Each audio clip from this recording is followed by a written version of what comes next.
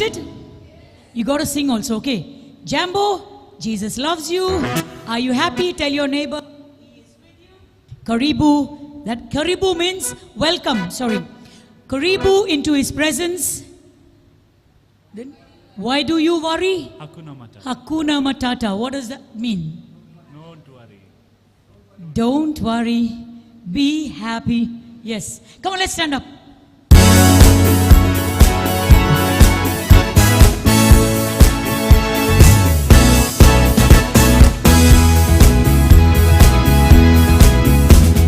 Jambo, Jesus loves you. Are you happy? He is with you.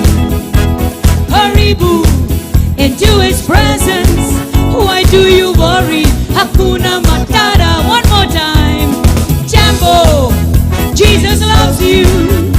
Are you happy? He is with you. Karibu into his presence. Why do you worry? Hakuna Matata. Whoa, whoa, whoa, whoa, whoa, whoa, whoa. Almighty God. Whoa, whoa, whoa, whoa, whoa, whoa, whoa. Almighty God. Jambo, Jesus loves you. Are you happy? He is with you. Karibu into his presence. Why do you worry? Hakuna Matata. Jambo, Jesus loves you. Are you happy? He is with you. Karibu into his presence. Why do you worry? Hakuna Matata. Whoa, whoa, whoa, whoa, whoa, whoa, whoa. Almighty God. Whoa, whoa, whoa, whoa, whoa, whoa. Almighty God. Praise the Lord. Praise the Lord. Praise the Lord. Praise the Lord. That whoa, you know for what that is? That is for vertigo. If you want your vertigo to go, you turn round and round, singing for the Lord. We'll do a short version so that you will not sleep at all. And that's the Manglo version. Okay? You can sit down. I'll show it to you.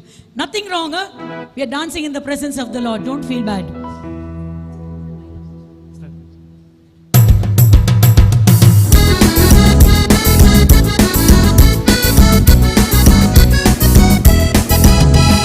Jambo, Jesus loves you. Are you happy? He is with you. Karibu into his presence.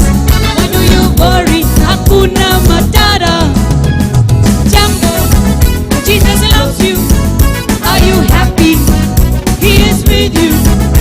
Karibu into his presence. Why do you worry? Hakuna Matata. Do you want to do the Manglo version? Because we have Bangalore, Bombay, Chennai, Udupi, and what? Huh? Sakleshpur. Come on, let's all stand up and do it one more time.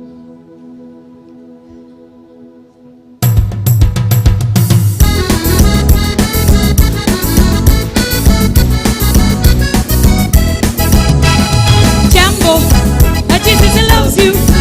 Are you happy? He is with you. Karibu into his presence. Why do you worry? Hakuna Matata. Jambo, Jesus loves you. Are you happy? He is with you. Karibu into his presence. Why do you worry? Hakuna Matata. Whoa, whoa, whoa, whoa, whoa, whoa, whoa, whoa. Praise the Lord.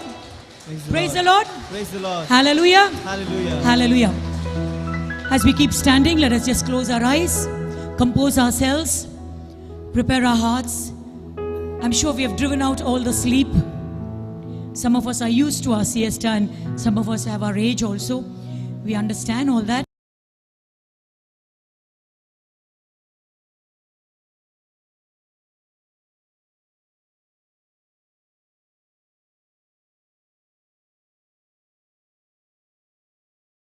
by the name of Eutychus.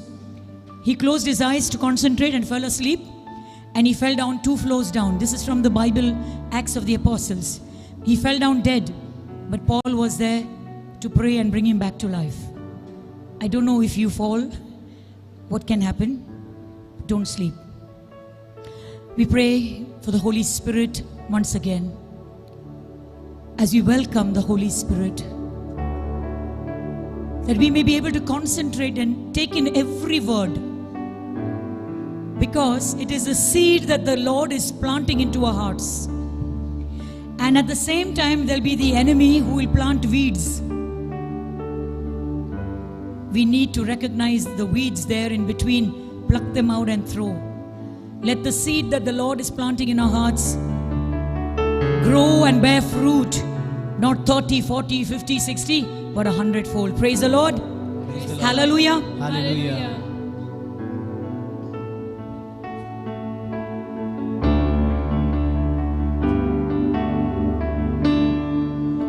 Welcome, Holy Spirit.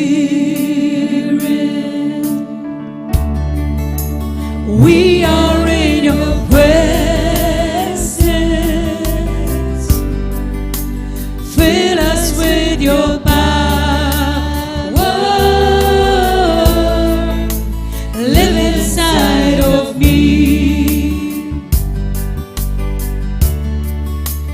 Welcome, Holy Spirit. We are in your presence. Fill us with your power. Live inside of me. You're the living water. Raising our hands, we sing together. You're the living Water. the never drying fountain. Never drying fountain. Comforter and counselor.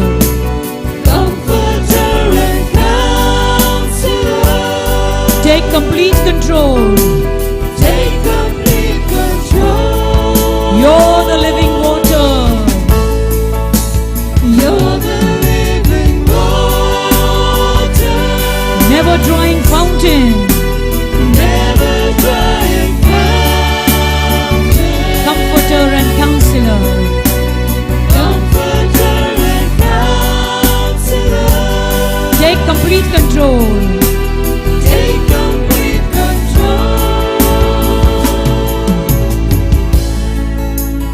Welcome, Holy Spirit. We are in your presence. Fill us with your power. Live inside of me. Hallelujah.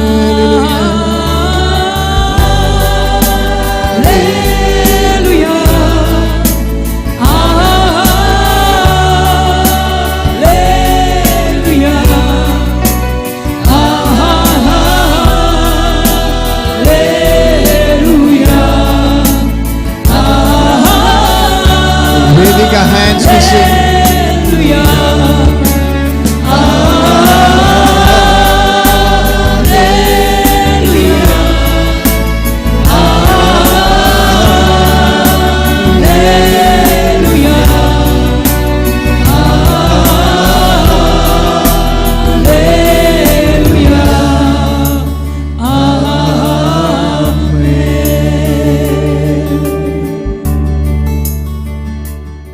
Hail Mary, full of grace, the Lord is with you.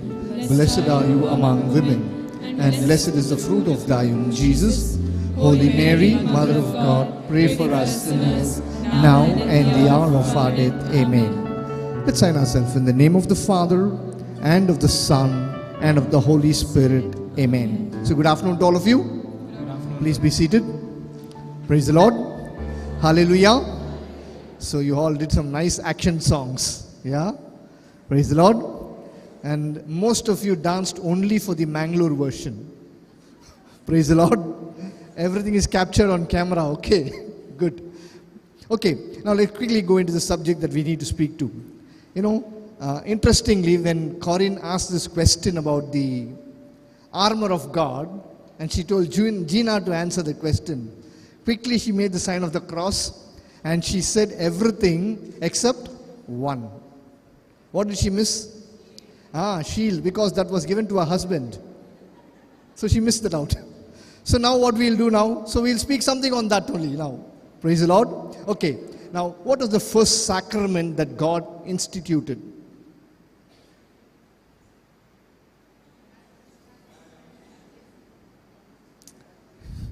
Yeah, answers are coming from brothers. What is the first sacrament? Baptism. Marriage, matrimony. In the Garden of Eden, what happened? Genesis 22 and 23. And the rib that the Lord God had taken from the man, he made it into a woman and brought her to the man. The man said, this at last is the bone of my bones, flesh of my flesh. My dear friends, the first sacrament that God institutes is matrimony. And today, family is something very important. Family is a gift of God. Every one of us, whether we are in a consecrated life or maybe we are single, doesn't matter. We all belong to a family. So family is a wonderful gift of God. And the Holy Family is a model of every Christian family. Is a model of every Christian family. In fact, the Catechism of the Catholic Church is calling every family as a domestic church. It's called as a domestic church. What is a church? Church means the mystical body of Christ, where Christ is the head and we are all members of the same body of Christ. Now, family is called as a domestic church. Okay, you don't have to read everything, just to keep you informed.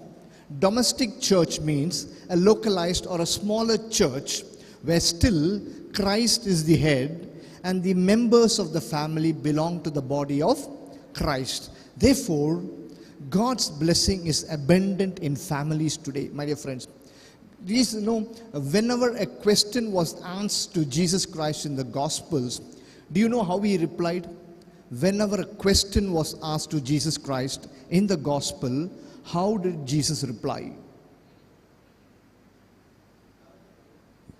Somebody from behind is answering. I'm very happy. Parable is the example. When a question was asked to him, most of the time he asked a counter question. Is it lawful to pay taxes? Whose coin is that? So always a counter question was asked by Jesus Christ. But when it came to marriage, there was no question, only a clear command from the Lord. He said, Matthew 19, 3-7. Some Pharisees came and asked him, is it lawful to divorce his wife? He answered, for this reason, a man shall leave his father and mother and be united to his wife. What God has united, no one can separate. Therefore, family is a union brought together by God. Praise the Lord. Why am I saying this so much? Why am I telling this again and again? Why, sister? I agree with you. You're absolutely right. Why? Because God's blessing is abundant in families. My dear friends, God's blessing is abundant in families today. This morning, Father was talking about Abraham. Let's listen to one verse from that. Genesis chapter 12 and verses 3. Look what it says. I will bless those who bless you, and the one who curses you I will curse. And in you all the families of the earth shall be. What did God say? All the families will be. So God's blessing is abundant in families today. Praise the Lord. Hallelujah. Praise the Lord. Let's take the example of Noah too. When sin multiplied on the face of the earth, God wanted to destroy the earth.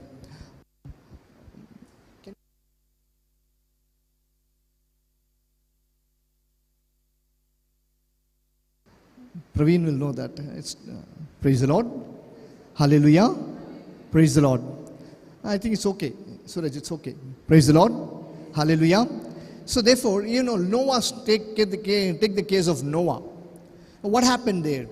when God found Noah to be righteous, what did God tell Noah? Build an ark then. You go and get into that ark. Did he say that? No, he said, take your family and get in. Look, one man, Noah, was righteous, and the entire family is getting blessed. Therefore, what I'm trying to tell you is, God's blessing is abundant in families today. Yes, we read that. God told Noah, go into the ark, you and all your household. Therefore, God's blessing is abundant in families. Later, when the floods got over, God wanted to release Noah from the ark. What did God tell him? Genesis 8:1. But God remembered Noah and all the animals with him and all the family. Therefore, what I'm trying to tell you is today, my dear friends, God's blessing is abundant in families. Therefore, Satan attacks families today. If he wants to block the blessing, he has to break families today. Breaking family. Yes, today in the world, families are the most troubled. All of you will agree with me. Yes? Why? Why? Because Satan knows families are blessed by God. Therefore, he is targeting families. He is using members of the same family to rebel, to fight, and therefore he is bringing confusion in families. Yes, since God's blessing is abundant, Satan always targets family. Look at the case of Job. Job's case, you take it. What happened there in the case of Job? Okay, Job was a very righteous man. Then Satan takes permission from God to destroy Job. So what does he do first? Attacks the family. Yes, sister, that's true. Then Satan entered. Okay, have you not put a fence around him and his household? He's saying, you have protected him and his family.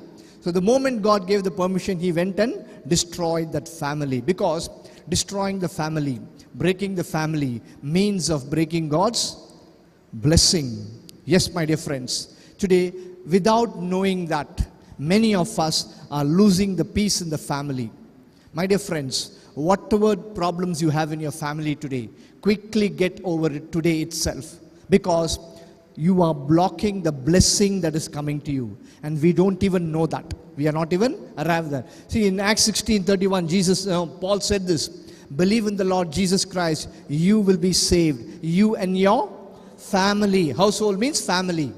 Therefore, that's what I'm trying to tell you. Why does this happen? Okay, let me give a small example for you. God created Adam, yes, put him in the Garden of Eden. Immediately, and God gave him a command, don't eat from that tree. What did Satan do immediately? What did Satan do? One of you, can you answer me? Of course, it's not clear. What did Satan do? Koir wants to answer. Are you pointing to me? Oh, I have to answer? Okay, here. My friend has come there now. Yeah, tell me.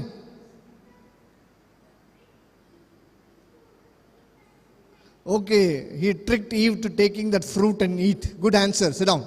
Praise the Lord. Let me tell you, when God created Adam and gave him the commandment, Satan did not do anything. Do you know that? He said, okay, God gave you a commandment. It's between you and God. Do whatever you want. He didn't even bother about it. But when did he come and disturb them? When Eve was created.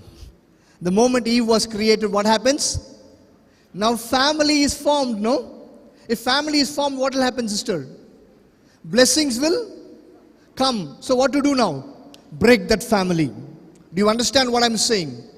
Please understand what I'm saying. He did not disturb Adam only when Eve was created. That means when a family was formed, that's when he steps in, because he wants to block the blessing of God. Praise the Lord. Hallelujah. Today, my dear friends, your blessing is in your family. When you live as a family, that's when blessing will come. Praise the Lord. Hallelujah. Why does this happen? Why does this happen? Okay. Yes, we need to understand this. God's creation. Okay, I already told you this. What is the purpose of marriage? Why does it happen? Why is there so much disturbance in marriage? When Eve was created, Adam said, bone of my bone, flesh of my flesh. all these things. Yeah?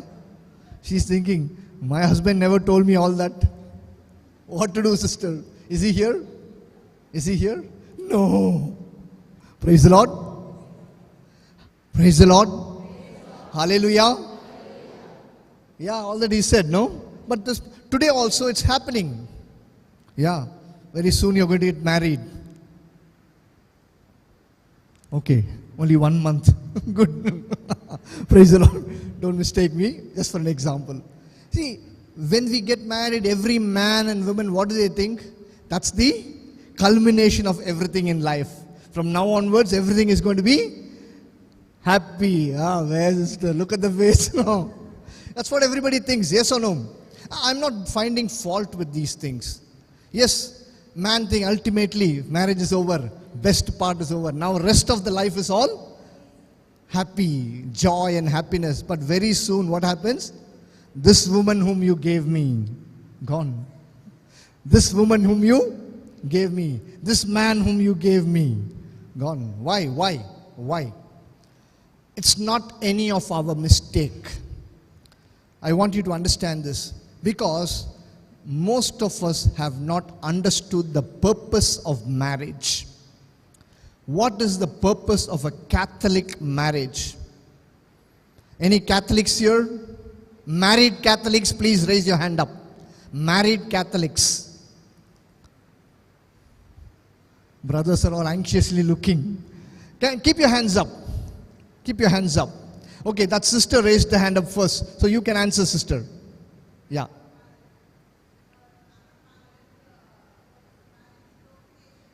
Okay.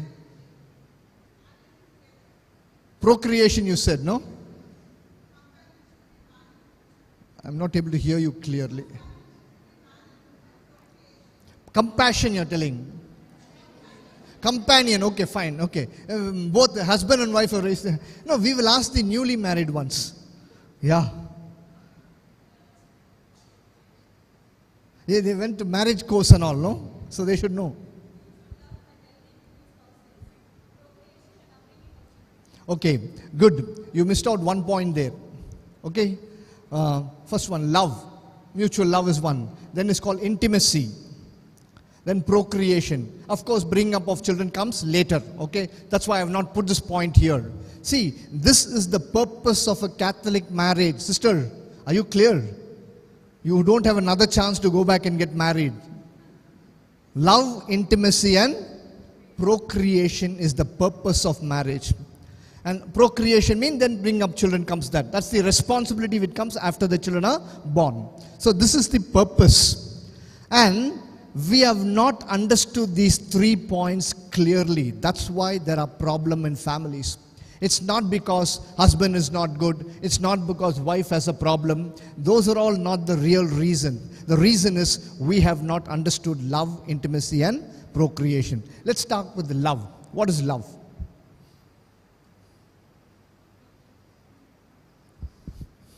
Love means giving. Giving what? Okay. Understanding. Taking care. Love is sacrificial. Okay, Hannah, you said something. God is love. She's giving a different answer. Hey, this is the problem.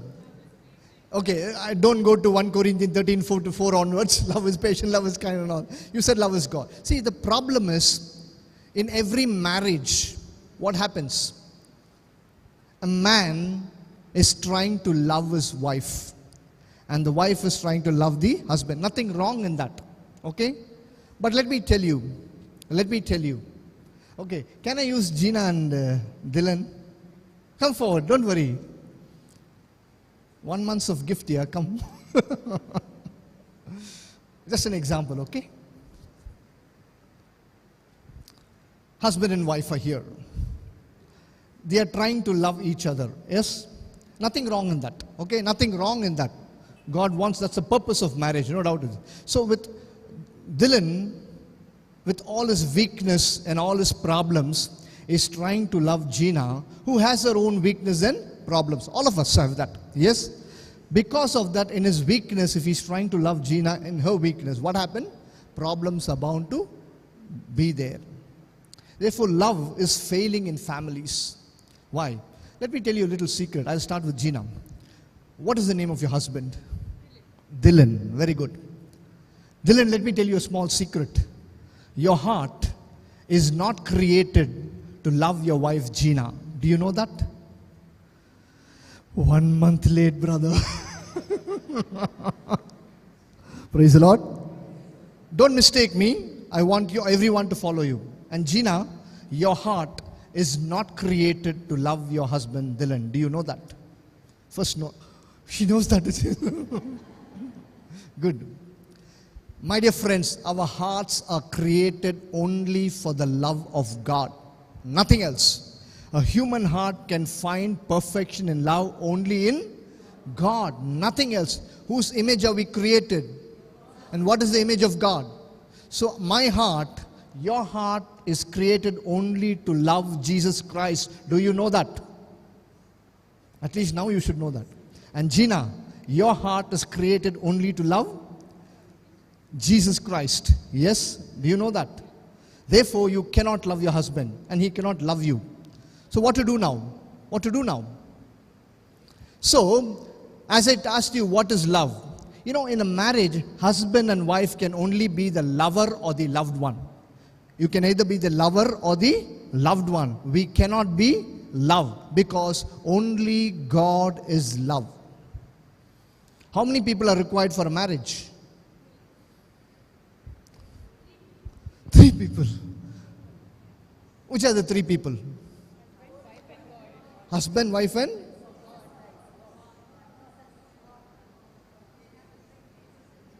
I'm asking you, how many people are required for marriage? They are giving me an answer. 3. Okay, 3. Who are the 3?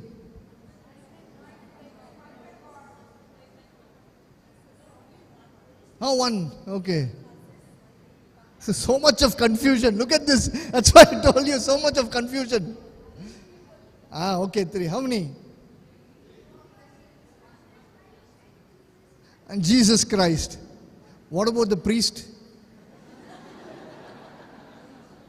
You know, in one retreat, all of us saying 3, 3, 3. Okay, 3 is the right answer. You gave me the right answer. As man, woman and God. No doubt about that. One boy said 3. I asked him which are the 3. He said husband, wife and priest. The moment he said that, one boy got up and said, no, 4. Then asked 4th one, sacristan. He has to bring the book. Praise the Lord. Hallelujah. Yes, marriage is always between 3 people. Marriage. You know one thing? Who administers the sacrament of marriage? Husband and wife. That's why I call the newlyweds. So they'll give the answers. After some time they'll forget it. Don't worry. Yes, it's not the priest. He only facilitates it. That's why we call the priest is blessing the nuptials, we say. Who is administering it? The man and the women. Praise the Lord. So marriage is between man, women and God. It's a triangle. So what to do now? In his imperfection, he cannot love her. Vice versa. So what you have to do? You are created only to love God. So marriage is a triangle. Husband, point A, has to love Christ, point C. And through the love of God, he has to love point C, is his wife. Clear about it? Now what is happening? A is trying to love B. Problem will happen. Because we are all weak, we have our own problems. So what we do? Through the love of God. Therefore, Christ is the center of marriage. Love. That's why we say the first purpose is love. To bring Jesus in between both of you. Praise the Lord. Hallelujah. And that is the first purpose of marriage. What? Love. Not giving, sharing, all that will be there. All that will happen only if Christ is there. It's a triangle. Today, see, Christ is eliminated from families. Then husband and wife will only end up fighting. I'll tell you it will happen because every one of us are weak. We have our own weaknesses and problems. So the main purpose is bring Christ inside. It's a triangle. Praise the Lord. Hallelujah. What's the name of your husband? You told me, huh? Dylan. Jesus. First Dylan. Can you turn around and read this word of God? Okay, fine. What's the name of your husband? John. What's the name of your husband?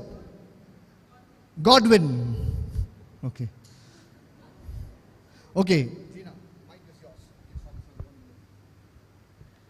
For your Maker is your husband, the Lord of hosts is his name. Thank you. We can go.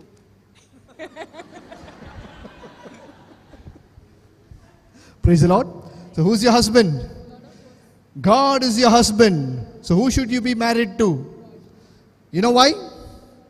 Let me tell you, marriage is between two people. I'll catch you now. Marriage is between two people, between man and God. You know why? They are not two. When he slept, God took one bone and created her. So is there two or one? So this one person is getting married to God.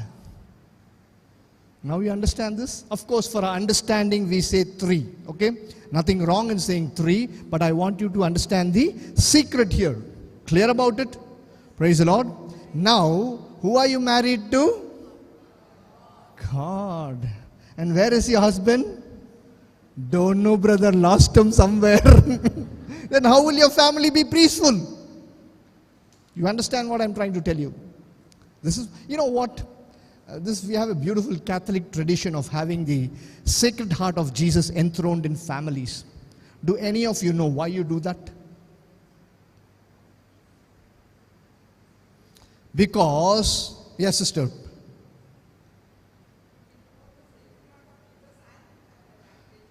I will tell you why. Because every family is united only to the heart of Jesus Christ. Clear about it? That's why the Sacred Heart of Jesus is enthroned in families. That's the reason. Praise the Lord. Hallelujah. I think if I need you, I'll call you back. Okay? You can go for the time being. Praise the Lord. Hallelujah. Okay, I'll go a few slides earlier. So this is the first problem. Yes or no? Yeah? Understand that? Love. The second one is intimacy. Intimacy means what? Physical union of two, which is nothing wrong. In a sacrament of marriage, man and women unite physically also. Praise the Lord. Hallelujah. So what happens here? For some time, there's so much of joy in the physical union. But after some time, what happened? It comes down. Why? I understand that. Why? Because, again, you know, what we say by this intimacy. Many of us think intimacy means body getting united together. That's not everything. Actually, it is the intimacy of two souls getting together. Intimacy means what? Two souls uniting together as one. The body is only the means of uniting two souls. Clear about it? Praise the Lord. That's why your marriage bed is called as the altar. Altar. Do you know that? Praise the Lord. Hallelujah. Today what is happening? There is physical union, but the souls are not uniting. So therefore, after some time, there is a problem there. Praise the Lord. So look at this. Now today, which is the first area Satan is targeting in families? Love. So what is he doing? He is replacing love with the love of the world. Clear about it? So he's making you understand. Love is what? You have to understand each other. You have to share each other. That's the deception, sister. Love is God. So he's eliminating God. So he's eliminating love. Intimacy also he's eliminating today by saying what? Intimacy means man and women have to unite with their body. Yes, that's true. But that's only a means of the soul uniting. So what he's saying? Body unite. But after some time, gone. And many such extramarital relationship, all these things started happening. Why? Souls are not united. What did Jesus say? They both shall be one. One. Praise the Lord. Hallelujah. Now, the third one is, what is the solution for these two? Love and intimacy. The solution is procreation. What happens in procreation? A man and a woman unite with God. Who is the only one who can create human beings? God. So what does a man and woman do? Cooperate with that. So, in procreation, what happens? Man, woman, God unite together. Yes or no?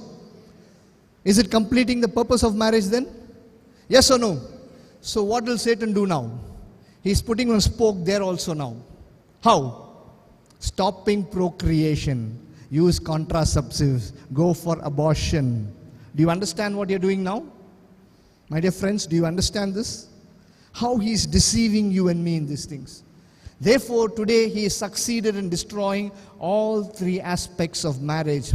Love, he is replaced with the love of the world. Love of self. Yeah?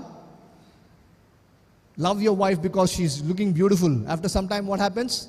Beauty is lost, love is lost. He is replaced with the love of the world. Yes or no? Intimacy. After some time, interest is coming down to share your physical thing. Conjugal relationship is getting lost. Why? Satan knows that's the means of uniting the soul. Put a spoke there itself. Third one, procreation. Block the procreation.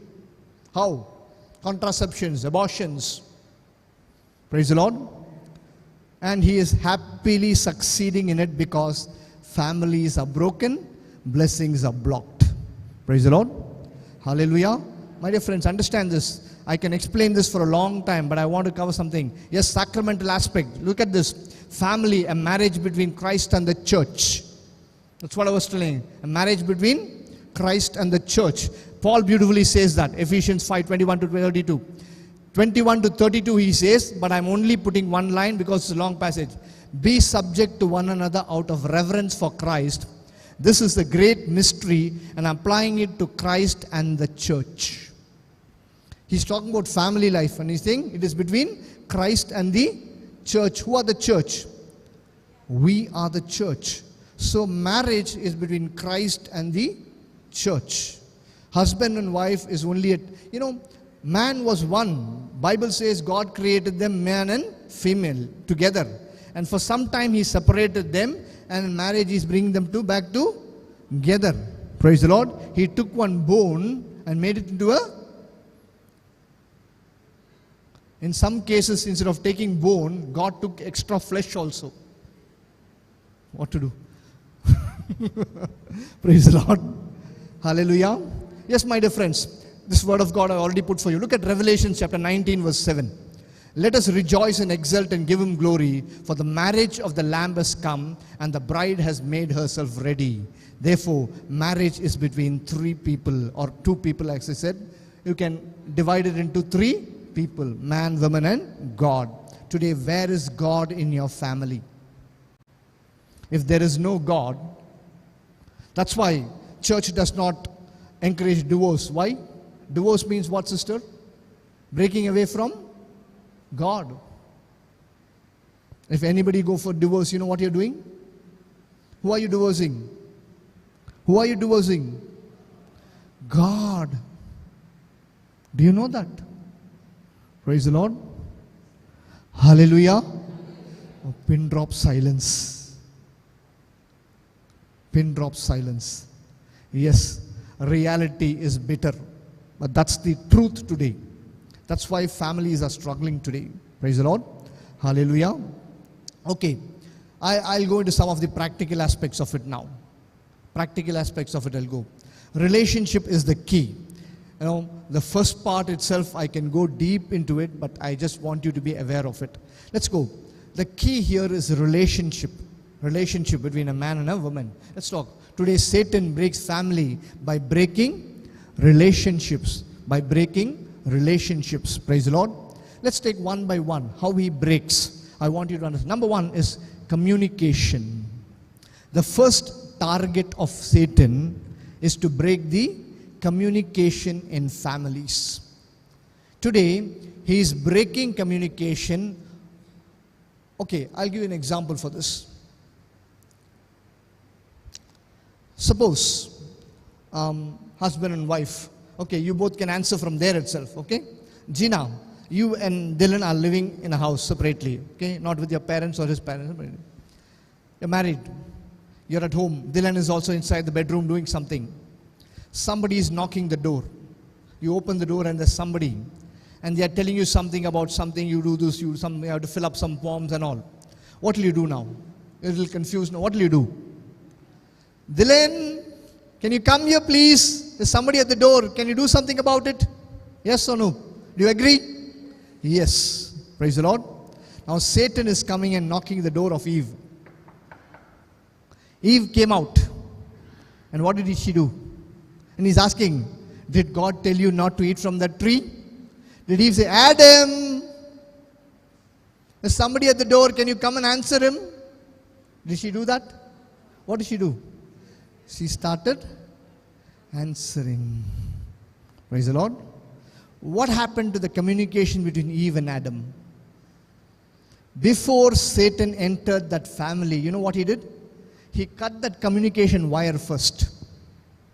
He knows if man and women communicate with each other, the family cannot be broken.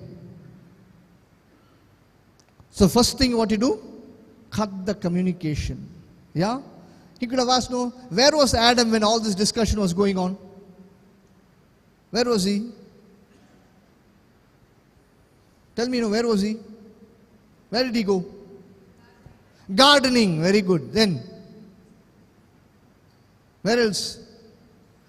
Maybe to take vaccine. He was 60 plus, I think. Praise the Lord. Gardening, no? As if she was sitting there and watering along, she's telling. Let's read that. Genesis chapter 3 verses 7, I think. 6 or 7, I'm not sure. Genesis chapter 3 verses 6 or 7, I'm not sure.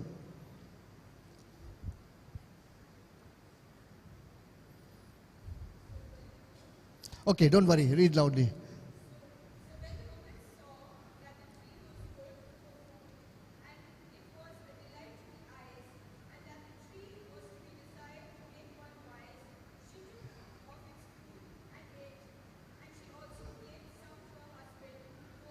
Oh, where was Adam? Sister, not gardening. He was standing right beside her. To her husband who was with her. Where was he? Right there. But communication cut. Why are you looking at her? Do you understand today what I'm trying to tell you? Take the spiritual message what I'm giving to you. Praise the Lord. Yes, if husband and wife do not communicate, Satan will enter. Even if or now latest method, either communication is cut out through something else, through media, through gadgets communication. Suppose you're very angry with your husband, you both fight in the morning. Then after some time, retreat and all you attended, so some heart is being stirred up. What will you do now? Send one text message, sorry.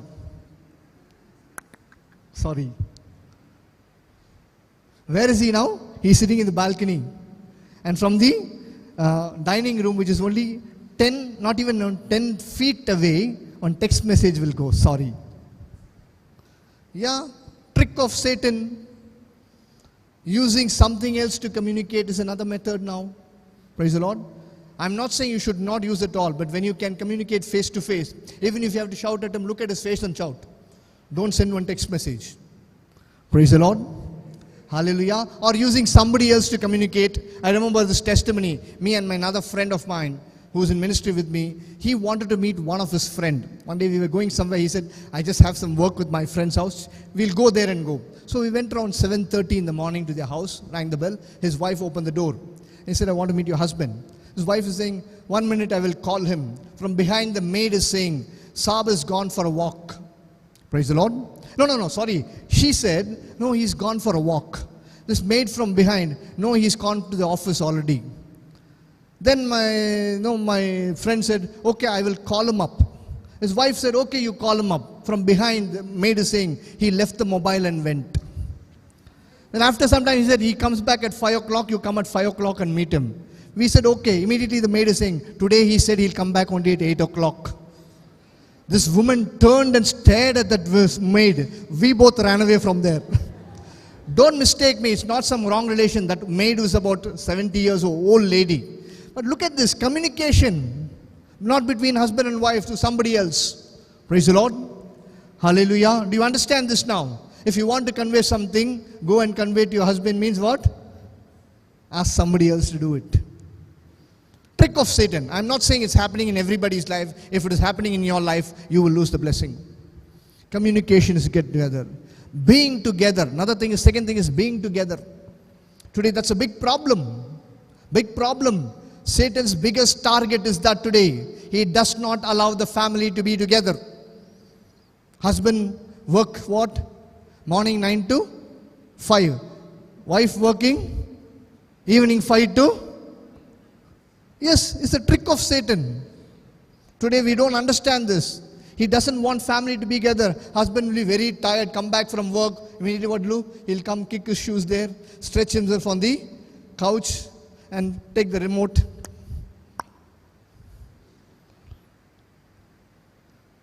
Tired, I'm tired, let me relax. See, beyond all this, there's a hand of Satan. That's what I want you to understand. I'm not saying you're wrong, you may be tired, but all that is true. But there's a hidden agenda which we don't realize. That's what I'm trying to tell you. He doesn't allow us to be together. Today, the colleague knows more about the man than his wife does, because they're spending more time in the office. Praise the Lord. More friends on social media than your own wife or your husband. Problem today. Problem today. Please understand these problems, my dear friends. These are all big areas. Communication is a big problem. Don't communicate at all. Yes. Third one, conjugal rights. Very important. Marriage. Very important. Your body is not yours. Husbands and wives, please understand. A wife's body belongs to the husband and husband's body belongs to the wife. You cannot deny the conjugal rights. Paul beautifully says that. 1 Corinthians 7, 3-6. The husband should give to his wife the conjugal rights, and likewise the wife to her husband. For the wife does not have authority over her own body, but the husband does. Likewise the husband does not have authority over his own body, but the wife does. So that Satan may not tempt you. Look at that. If there is no conjugal relationship, what will happen? Satan will tempt you. Praise the Lord. Because there is no conjugal relationship, man and woman are not uniting physically. What happened? Sexual fantasies, other sexual sins come in. Word of God says, if you don't give your conjugal rights, Satan will tempt you. Unless there's some kind of a fasting that you're taking, that's fine. Praise the Lord. Hallelujah. Don't blame. Don't blame. Today I've come across many such situations.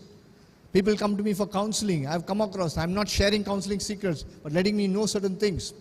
They come and say, brother, I'm addicted to pornography, masturbation. Why? I'm not able to share physical relation with wife. She's always tired. When I come home, she says tired. I've heard so many such things. Either way, okay, not only wife, I'm blaming the husbands also. Why? Word of God says that Satan will tempt you. Understand this. This is a part of your family life. You cannot deny it. Unless there's some sickness. Okay, those things we understand. Special cases, sickness, or you are on a vow or something, that's a different thing. That's a different thing. I'm talking about general situations. Praise the Lord. Hallelujah. Very important, my dear friends. Then, Matthew 5:27, you have heard that it said, you shall not commit adultery. But I say to you, everyone who looks at a woman with lust. My dear friends, this is the problem. If there is no conjugal rights, all this sin will creep in. Very important. Praise the Lord. Book of Tobit. Beautiful thing. Tobit chapter 8. Look at this. First time when they are uniting together, Tobit and his wife Sarah. What happens there? When the parents had gone out and shut the door of the room, Tobias got out of bed and said, sister, get up. Okay, in Jewish tradition, a woman is called as a sister also. Let us pray and implore our Lord that He may grant mercy and safety. Look at this. Before uniting together, what are they doing? How many of you all do that? How many of us do that? Before uniting with our spouse, how many of us pray? Then what happens? Sexual fantasies. Sorry, I'm speaking to a group of mostly married people. We should be aware of it. Praise the Lord. Hallelujah. Praise the Lord. Am I clear about what I'm saying? This is the reason families are breaking. I'm coming to the practical aspect. The first one, spiritual aspect, I already told you. Praise the Lord. Okay, let's move on now. Okay. Finance. This is another problem today. Today, money is the center of families. Is money needed for a family? Yes, of course, yes. Why is money needed? sustain the family. But today, family is existing only because of money. You know why? How much are you earning? Wife earning, husband earning, and children are? Children are spending. Look at the truth coming out. Today we are so focused. See, I'm not saying material things are not required. Whatever is necessary, earn for that. But today the focus of family is only earning. More and more and more. Praise the Lord. Husband is wifing. This is the problem today. This is the problem today. In the process of earning more money, we are ignoring families. Praise the Lord.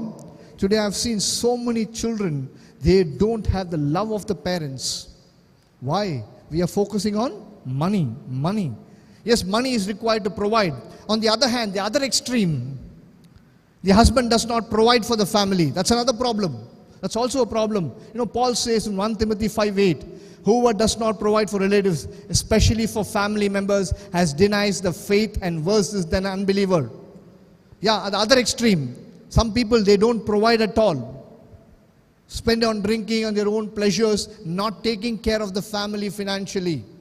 If you're the head of the family, if you're not providing for your family, you are an unbeliever, the word of God says. That's another extreme. Either money, or no money. Yes, it's required, I do believe that. But it's only to sustain the family, not to break the family. Today, money is breaking the family, my dear friends. Okay, most important. Who is the head of the family? Husband, God, Christ. Confusion here.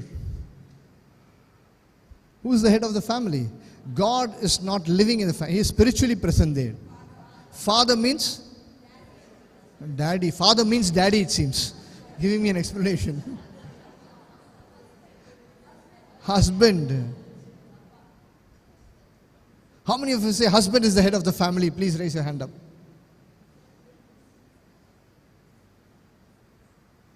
How many of you say wife is the head of the family? Raise your hand up. How many of you say equal? Equal. Brother, equal. You know, there's a little joke which goes like this. In heaven, one day all the apostles are there in heaven, making fun of each other.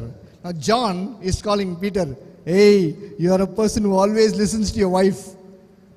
Peter said, no. Hey, you took her to your mother-in-law's house and all. Making fun of him.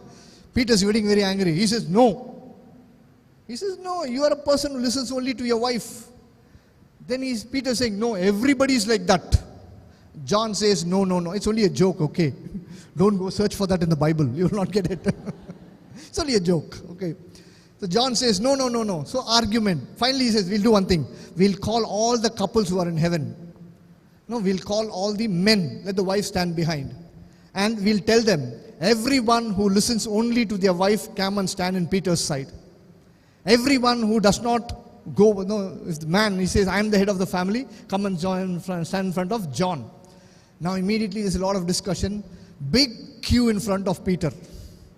All the men are standing there, telling, I listen only to my wife. One man is standing in front of John. John was, very sad. Finally he says, okay, what to do now? Peter, you're the winner. I agree with you here. I made a mistake. At least one man is there. Congratulations. At least you don't listen to your wife. He says, no, I also listen to my wife. John said, oh, then you're on the wrong queue. Go and stand there. He says, no. My wife told me to stand here. Praise the Lord. Brother. Okay. Let me tell you very clearly. Ephesians 5:23. For the husband is the head of the wife, just as Christ is head of the church. Listen. Christ, husband, wife. It's not the wife. I'm sorry, that doesn't mean you're degraded. Please don't understand. Head means what? He has the responsibility to run the family. Praise the Lord. Head means not ruling. But today, unfortunately, who is the head of the family? Can I hear that? Can I hear that? Wrong. Okay, I'll give an example now. Husband and wife are there. Suppose the husband falls sick for a few days. Will it affect the family in any way? Of course, you need to take care of him. A little bit of disturbance will be there. Will there be a major disturbance if he falls? No. So husband is not the head, not important. If the wife falls sick for a few days, will there be a major problem in the house? Yes or no? Tell me. Let me tell you, maybe little more than the husband. But let me tell you, if the maid does not come work for 3 days, will the family run? Yes or no? Tell me that. Maid takes leave for 1 week. What will happen? Family will collapse. So who's ruling the family today? Maids. Get my point today? Praise the Lord. They decide what to do. We are so scared. Husband is sick, take one paracetamol and sleep. Wife is sick, okay, I'll come back in the evening and take you to the doctor. Maid is not coming. What to do now? What to do now? Because that's how we have become. Because we have forgotten the hierarchy of a family. God, husband, wife, children. The hierarchy is gone. Praise the Lord. Praise the Lord. Why is this Shami there? Oh, not there. He ran away. My wife ran away. Praise the Lord. Hallelujah. Praise the Lord. There's a problem today. That's very important. The fifth one is children. Children are the uniting factor in families. But today, children are the dividing factors in family. Let me tell you that. I'm sorry to say this. Children are supposed to unite the family, but today they are splitting the family. I'm not blaming the children for that. It's the way we bring them up. No discipline. They decide. They tell what to do. We are so scared. Praise the Lord. Hallelujah. Praise the Lord. Hallelujah. Why? No discipline, no faith in them. I'll tell you a small testimony to understand this. One boy came to me for counseling. He was about 17 or 18 years old. After my talk on family life, he came and told me, "Brother, thank you very much." I said, "What is a 17-year-old boy coming and telling me thank you for a family life talk?" I said, "What?" "No, you made me realize the importance of parents today." I said, "What happened?" "You know, my parents are separated. Separated means they are not legally separated, but they are in the same house and they don't talk to each other for the last 10 years. And it was a big blessing for me. But today I realized that's a big curse upon me." I said, "How can it be a blessing?" He said, "Simple, brother." He said, "It was advantage for me that they don't talk to each other. If there is a notice from school asking me to bring 1,000 rupees for certain thing, I will come and show the notice to the father. Take 1,000 rupees for him. Then I will show it to the mother. Take 1,000 rupees from her. They won't talk to each other. 1,000 rupees is for school, 1,000 rupees for me." Praise the Lord. I was very happy. Church, mommy will ask me, "Did you go for mass?" He says, "I went with Dada because Dada goes to Infant Jesus Church and mommy goes to Kulshekar Church." Praise the Lord. And mommy will ask me, "Did you go for mass?" I went with Dada. "Dada, did you go for mass?" I went with mommy. Then I asked him, "Which parish do you go to?" "I never go to anything. I was enjoying with my friends." So life was very comfortable for me. But now I realize the importance of parents. Please pray that they unite together. My dear friends, children are ruining families today. If you don't bring them up in discipline and faith. Remember, Ephesians 6:4 I quoted yesterday. Parents do not, can you read that? Ephesians 6:4.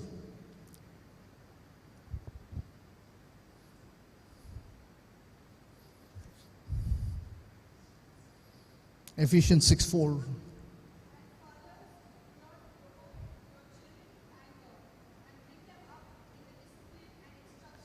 Discipline and instruction of the Lord. Today parents are failing to discipline children. Praise the Lord. I'll tell you of an incident. How difficult. You know, there was one boy who was very, very mischievous in school. Very mischievous. The school could not tolerate him. Every time he'll create such big problems that it even becomes a legal issue. Many parents have brought other complaints against this boy. He will put nails in the food of children that can even kill them. You know, one day he did something so bad, the principal, all the parents came and complained. So the principal called the father and told him, "If you do not do something about your child, I have to hand him over to the police." Such a big problem. and he will be put in jail. You know what the father said? What would the father have told? Guess normally what the father will say. Fathers, tell me. Huh? I will check him, all these things. Yeah? You know what the father said? Please put him in jail. We are having the same problem at home too. Look, why? No discipline. We are not disciplining children today. Grown-up children's fine now, but what about the new generation? You cannot discipline them. Problem, why we are failing? Pampering them. But the Bible says, bring them up in discipline and instruction of the Lord. How can families, children be uniting factors if there is no instruction of Lord? Faith formation. How many of you sending your children for catechism classes? When we conduct children's retreat, we ask them, how many of you go for catechism? 50% don't go. Out of the 50%, out of that 50% who do not go, 90% say they are not going because parents are not sending. Then when the child is 18 years old, brother, father, please pray, father, do something, father, he's gone like this, father. What did you when you were 7 years old? Did you send him to church for catechism? No, no time. And then they're 18 years old, they rebel against you, and please do as if we can do one magic and change them overnight. We have failed as parents. That's why families are struggling today. Praise the Lord. Responsibilities. I'll give you responsibilities. Okay, one I'll give you quickly. One for the husband, one for the wife, and one common responsibility. Number one for the husband. Ephesians 5:25. Husbands, love your wife just as Christ loved the church and gave himself for her. Can I ask all the husbands to stand up? Husbands, even if your wife is not here, doesn't matter. If your wife is alive, you stand up. Some of them are thinking whether to stand up or not. Praise the Lord. Hallelujah. And nothing offensive. I just want you to draw your attention to it. How should you love your sing? What's your responsibility, brother, as per this word of God? Husbands, love your wife as Christ loved the church. So, what is your responsibility? Sacrificial love. How should you love your family? Sacrificial. That means, husbands, you should be ready to become a sacrifice for your family. It's a word of God. Don't dilute it. Clear about it? Are you clear about it? And nothing wrong, okay? I'm just telling you something. Wife are coming next, don't worry. He's feeling, brother. Praise the Lord. Hallelujah. Praise the Lord. You know, one retreat, another preacher was preaching, a priest was preaching about something like this. He was talking so much, how St. Joseph was a good husband. He was talking all these things. These women sitting in the front row, thinking they are very spiritual. Every 2 minutes they were commenting, I hope my husband was like that, like St. Joseph. I hope my husband was like that. Turning back, I hope my husband was like that. Praise the Lord. Hallelujah. Then all of them, the father suddenly asked them, shall I ask this question to your husband? One lady was too noisy there. Yeah, father, you tell him he should become like St. Joseph. Yes, what do you say? That man got up and said, let her become like Mother Mary first, then I'll become like St. Joseph. Air went out. Sacrificial. That is what we have to sacrifice our love. That's a responsibility of every husband. If you are not ready to become a sacrifice, families will fail. Clear about it? Thank you. Please sit down. I'm just giving one point. Wives, all the wives, please stand up.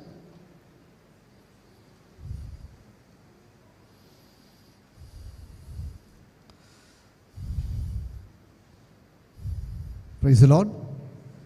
Hallelujah. No men are standing up, no? I don't know, my wife told me to stand up. Who knows that? Okay, responsibility of a wife. Colossians. Married, no? You're married, no? Stand up for some time. If you don't understand how this matter. Wife, be subject to your husband as fitting the Lord. That means what? You have to be submissive to your husband. you have to, agree on things. Of course, if it is matter of sin, you don't have to agree. Clear about it? If your husband tells you, for example, I'm just saying an example, go kill somebody or speak lies, that is a sin, you don't have to agree. Otherwise, you can argue, you can try to convince him, but be submissive. That's the rule of the church hierarchy. But husband has to be sacrificial. That's also there. It's mutual. But what is your responsibility? We need to understand this very clearly. Clear about it?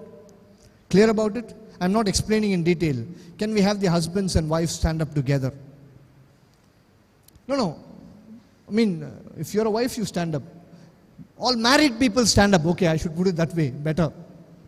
Common responsibility. Common responsibility. Number one, train children in the right way. When they grow old, they will not stray. It's a common responsibility. Yeah? Then, I already told you this word of God. So we have a common responsibility also. Clear about it? Yes or no? Okay, sit down and I'll tell you something else. Now, some activities as a family you need to do. A few things. Number one is family prayer. Family that prays together stays together. Anyway, you'll have a talk on prayer next, so I will know. But family prayer should be there, not the personal prayer. You should have suppose, for example, if there is a family, father, mother and son, the father does not want to join the family prayer. Doesn't matter. The children and the mother have a particular time of prayer. This is family prayer time, we will pray. If he doesn't want to join, doesn't matter. You keep praying, one day he will join. Praise the Lord. Hallelujah. I'll give you a small testimony for this. A lady who comes to our center regularly, one day I saw her in the chapel, coming out of the chapel. I was also coming out. Then she told me, brother, then I asked her, oh, you came for your personal prayer? She said, no, I came to do my family prayer here. I said, family prayer? Family prayer should be in your house, not here. She said, no, brother. And she explained the problem. I'll tell you briefly. Both the husband and son do not allow her to pray. Whenever she starts praying, the family prayer, she has a time. Even though they don't join, she starts it. They will switch on the television full volume and the son will take the ball, throw it on the wall in front of her and play. Disturbance, brother, what to do? I said, don't give up. In that situation, pray. About a couple of months later, she came and told me this testimony. Brother, as you said, whatever disturbance, family prayer time, I am praying alone. What to do? They don't join. After some time, 1 week, the husband got so upset with her. In spite of me, keeping the volume so high, you're still praying. He got so angry, he took one small, some object and threw it on the television. Television broke. Problem number one solved.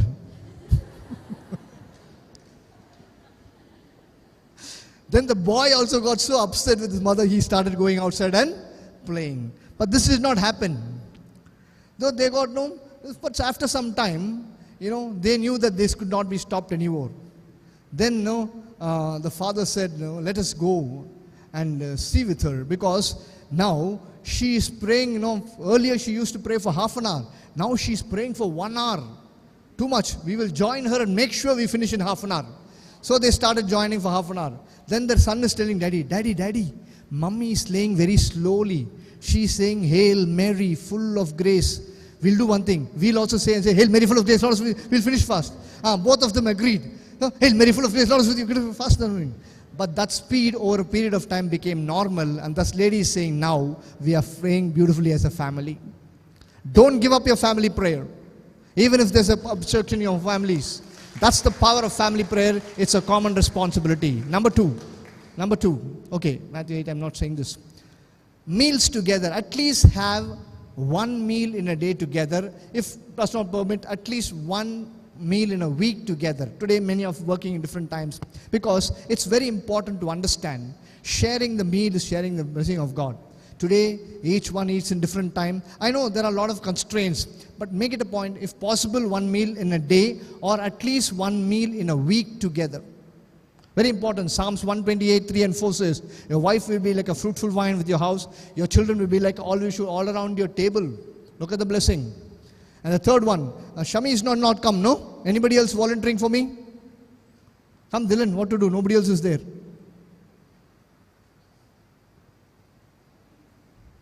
going to the church together. Praise the Lord. So, husband and wife are here. No, husband and wife.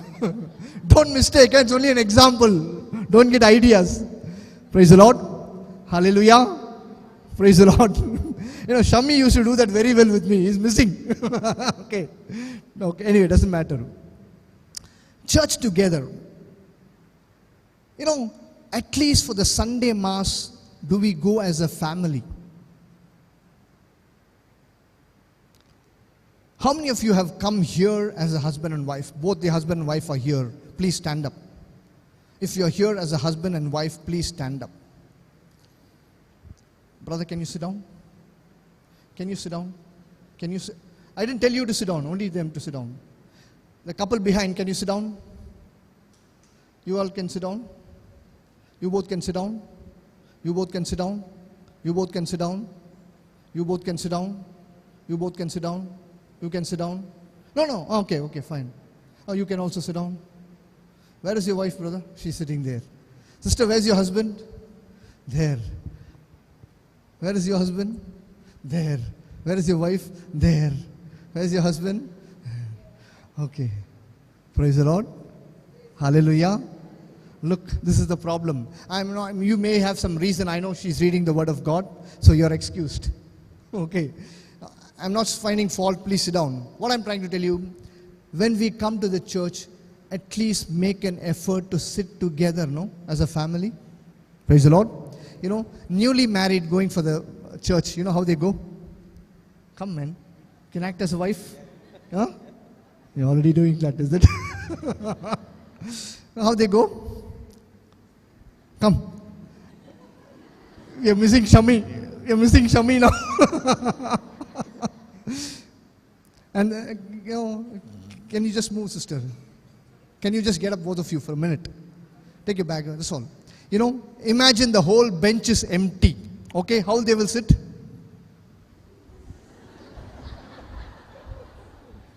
Yeah? Can you see me, all of you? 1 month later. Oh, sit there. 2 months later. 6 months later.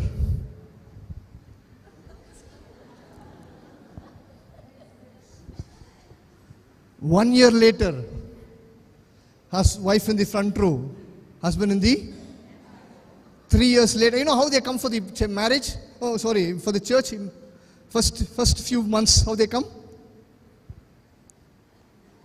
Hey, I'll be the wife, man. After some time, after 6 months, how they come? After 1 year? No, separate cars, okay. Then this is coming to the church. That is over in the church. That I did not finish. Now, after 3 years, you know what? Husband will be one church, wife in the another church. They are not separated. You go for morning mass, I'll go for evening mass. Married, go in church like this. After 1 year, husband will be walking in the front.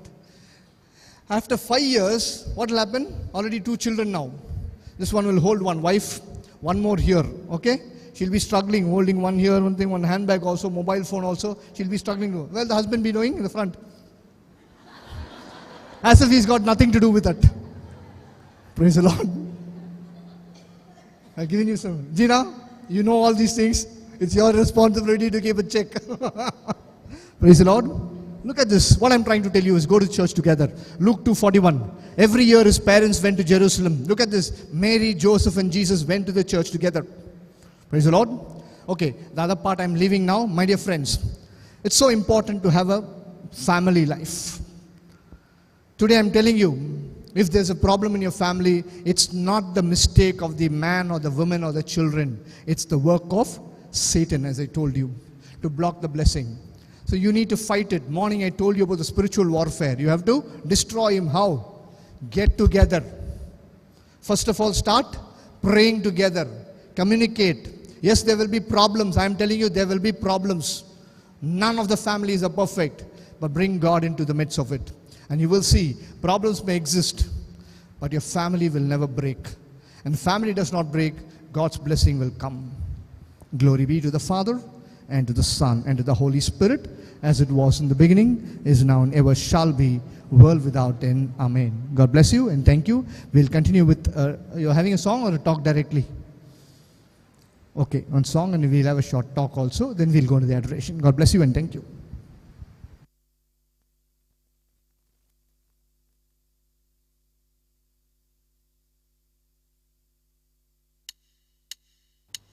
Praise the Lord. You can stand up and sing it together.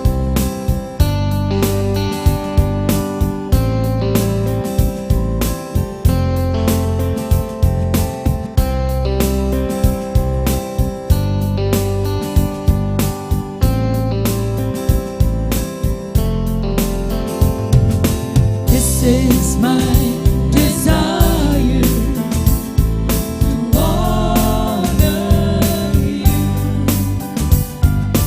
Lord, with all my heart I worship you.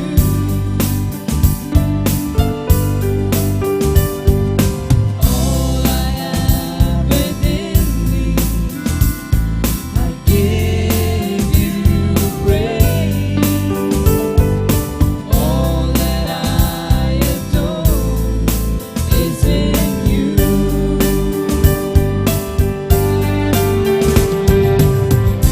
Lord, I give you my heart, I give you my soul.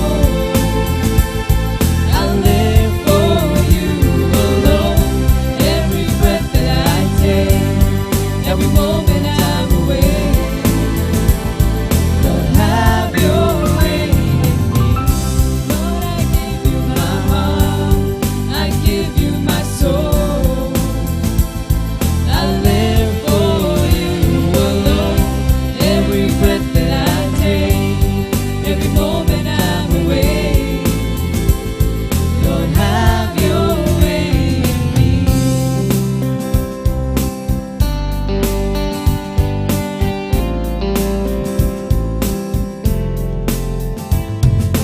This is my desire to honor you, Lord, with all my heart I worship you.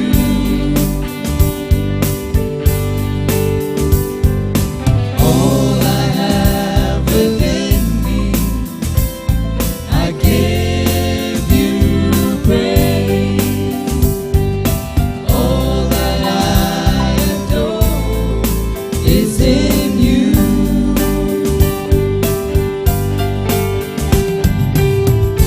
Lord, I give you my heart, I give you my soul. I live for you alone. Every breath that I take, every moment I'm awake. Lord, have your way in me. Lord, I give you my heart, I give you my soul. I live for you alone. Every breath that I take, every moment I'm awake. Lord, have your way in me.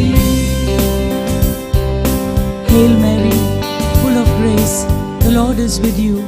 Blessed are you among women, and blessed is the fruit of your womb, Jesus. Holy Mary, Mother of God, pray for us sinners, now and at the hour of our death. Amen. Hail Mary, full of grace, the Lord is with you.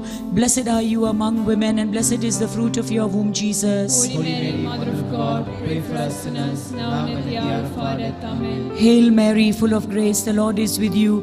Blessed are you among women, blessed is the fruit of your womb, Jesus. Holy Mary, Mother of God, pray for us sinners, now and at the hour of our death. Amen. Glory be to the Father, and to the Son, and to the Holy Spirit. As it was in the beginning, is now, and ever shall be, world without end. Amen. Praise the Lord. Praise the Lord. Hallelujah. Hallelujah. Thank you, Jesus. Thank you, Jesus. Praise you, Jesus. Praise you, Jesus. Praise the Lord. Praise the Lord. We can sit down. Father said to share something a little bit on prayer. And so I thought I will share a little bit on Jesus' prayer life. What was Jesus' timetable and how Jesus prayed. We go straight away to the Gospel of St. Mark. You'll have to excuse my hoarse throat. Mark chapter 1, verse 35 onwards. Okay. In the morning, while it was still very dark, he got up and went out to a deserted place, and there he prayed. And Simon and his companions hunted for him. When they found him, they said to him, "Everyone is searching for you." He answered, "Let us go on to the neighboring towns, so that I may proclaim the message there also. For that is what I came out to do." And he went throughout Galilee, proclaiming the message in their synagogues and casting out demons. Praise the Lord. Praise the Lord. So we are the timetable of Jesus. In the morning, he says, when it was still very dark, the time of grace, when it is still very dark, that means it was early morning, Jesus would get up in the morning and go out to a deserted place, and there he would pray. Praise the Lord. Praise the Lord. Hallelujah. Brothers and sisters, we go to Sirach chapter 32 and verse 14, and the word of God says, "The one who seeks God will accept his discipline, and those who rise early to seek him will find favor." So the best time to pray is early in the morning. It is the time of grace, and Jesus himself led with an example. When it was still very dark, he would get up every morning and be in his personal prayer. When we talk about prayer, now what is the reason, this early morning, what is the effect of this early morning prayer? If you go to the book of Genesis, and we know how God, Exodus, how God provided manna for the Israelites. Okay, God provided manna for the Israelites when they were journeying to the promised land, and he put one condition, and that condition was they had to rise up early to gather the manna. Otherwise, the first rays of the sun would melt the manna. Praise the Lord. Hallelujah. Hallelujah. So the Israelites were told by God to get up early to gather the manna. Otherwise, the first rays of the sun would destroy this manna. The book of Wisdom, chapter 16 and verse 27 and 28, the writer of wisdom interprets this word of God, what it is that they're talking about over there, getting up before sunrise to collect manna. Book of Wisdom, the writer writes, God was talking about prayer life. So we go to it. For what was not destroyed by fire was melted when simply warmed by a fleeting ray of the sun. Yeah, fleeting ray of the sun. What the manna they collected when they cooked it, it did not melt. Whereas the fleeting ray is the very first ray of the sun. You know, early morning the ray of the sun won't be as harsh as it would be in the afternoon. So saying, what was not going to melt when it was being cooked, with the first ray of the sun, it would melt. And it continues, that was to teach, didn't read that part, that was to teach us that we must get up early before daybreak and give thanks, to pray as the sun comes up. To make it known that one must rise before the sun to give you thanks, and must pray to you at the dawning of the light. So we, the children of God, are expected to rise up early when it is still dark and pray. Because when we are occupied with a lot of work, everybody says, I don't get time to pray. But Jesus had so much to do the whole day.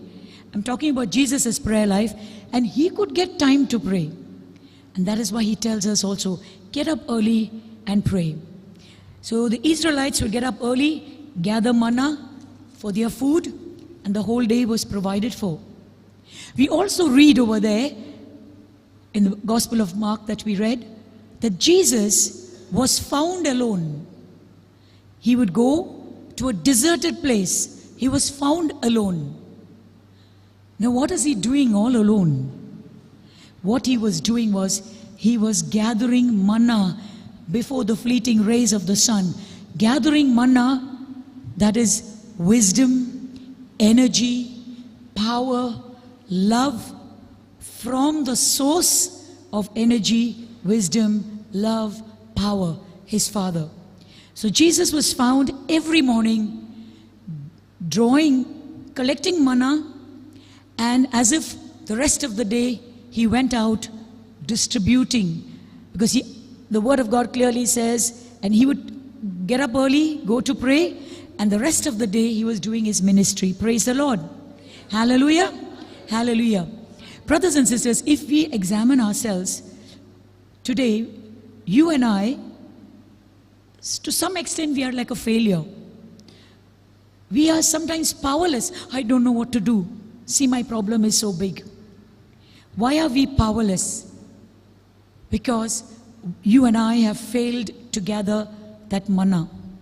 Getting up early in the morning, going into the presence of the Lord, as the book of Sirach says, the one who seeks God will accept his discipline, and those who rise early to seek him will find favor. Praise the Lord.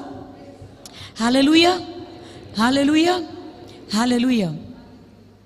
Brothers and sisters, you and I are potentially created powerful. We are potentially created great, because we are the creation of God. Brother constantly was saying we are created in the image and likeness of God. If so, we are potentially powerful. But we look at ourselves today, we look like we are, brother was saying, minority in a spiritual sense also. So one thing was Jesus is teaching, Jesus' prayer life. Gospel of Luke gives a good description of Jesus' prayer life. If you can go to Luke chapter 5 verses 15 and 16. But now more than ever, the word about Jesus spread abroad. Many crowds would gather to hear him and to be cured of their diseases. But he would withdraw to deserted places and pray. Praise the Lord. We read over here that Jesus, all what he did, his name and fame spread, and crowds were coming to Jesus to listen to him and to be healed. Jesus was doing a good job. And he's saying crowds means a lot of work he had. But there's a clear word there. But he would withdraw to a deserted place and pray. Praise the Lord. Jesus, the Son of God, knew how important personal prayer was, that he, even though he had ministry to do, he would say, okay, anyway, these are the people sent by my Father, and he would continue doing. That's why today maybe many priests, many lay ministers, preachers are falling, because when our ministry grows, we compromise on our prayer life.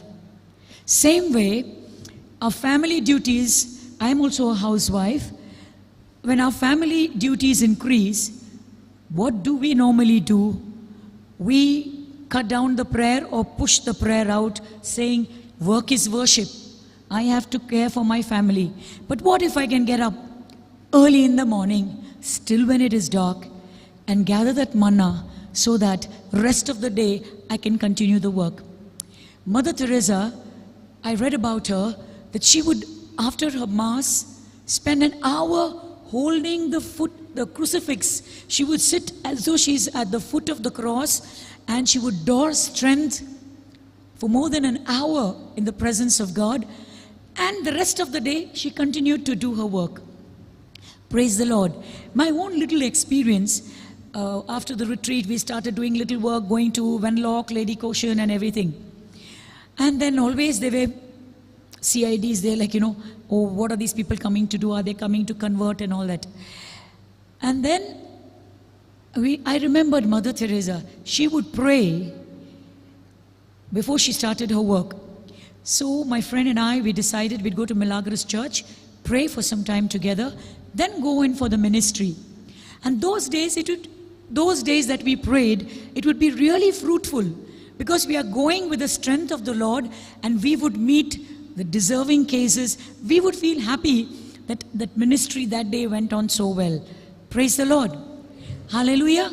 Hallelujah. So Jesus did not say, I have to heal these people, my Father is sending them, I'm speaking the word of God. Today we are failing because we think we are doing good work. I am doing so much of charity, I am doing this, I am doing that.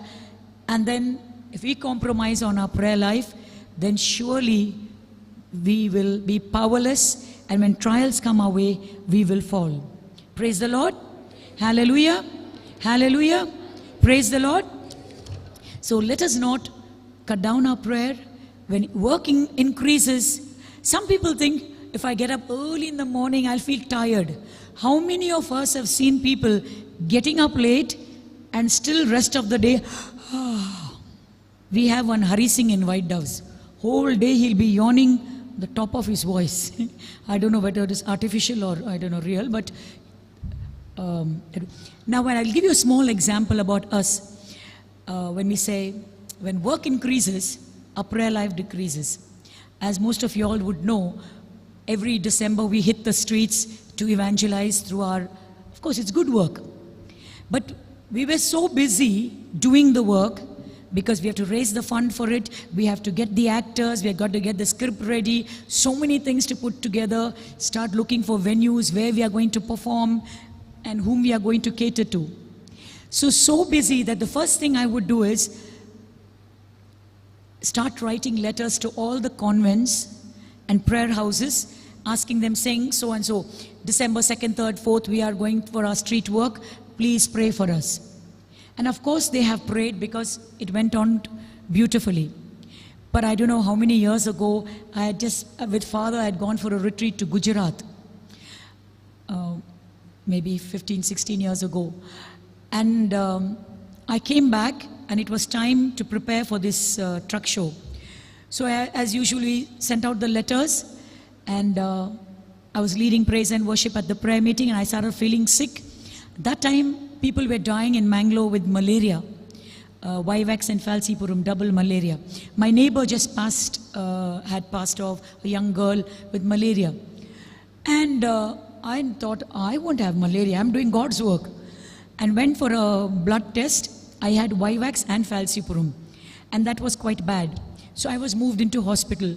Here, friction between my husband and me. He started saying, this year you're not going to do the show.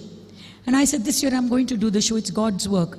So see how brother said, families start disintegrating. We are arguing amongst ourselves. But because I am thinking I am right, we have to do it. And people started telling him, my family, my mother told him, his brother told him, see, Corinne is anyway like that. Means they consider me mad only. Corinne is anyway like that. Vitus, you don't allow her to go ahead with this show. You know how dangerous it is. And he says, if anything happens, your people will catch me. He says, you're not going to have the show. And then I asked Father Henry Martha to pray. And of course, he prayed, and the message was, God gave a message from Isaiah saying that I have chosen you to take my message. So he said, God wants you to do it. Then my husband agreed. I said, okay, then whether I live or die, when we have the show, God wants it. So I just want to share with you, we understood we are not praying because we are thinking we are doing God's work. We are asking others to pray because we are doing that work. So here there is friction. That year we realized we need to pray. So from that year onwards, we started every 4 months at least before the show, we would go to the Blessed Sacrament every day, 7 to 8.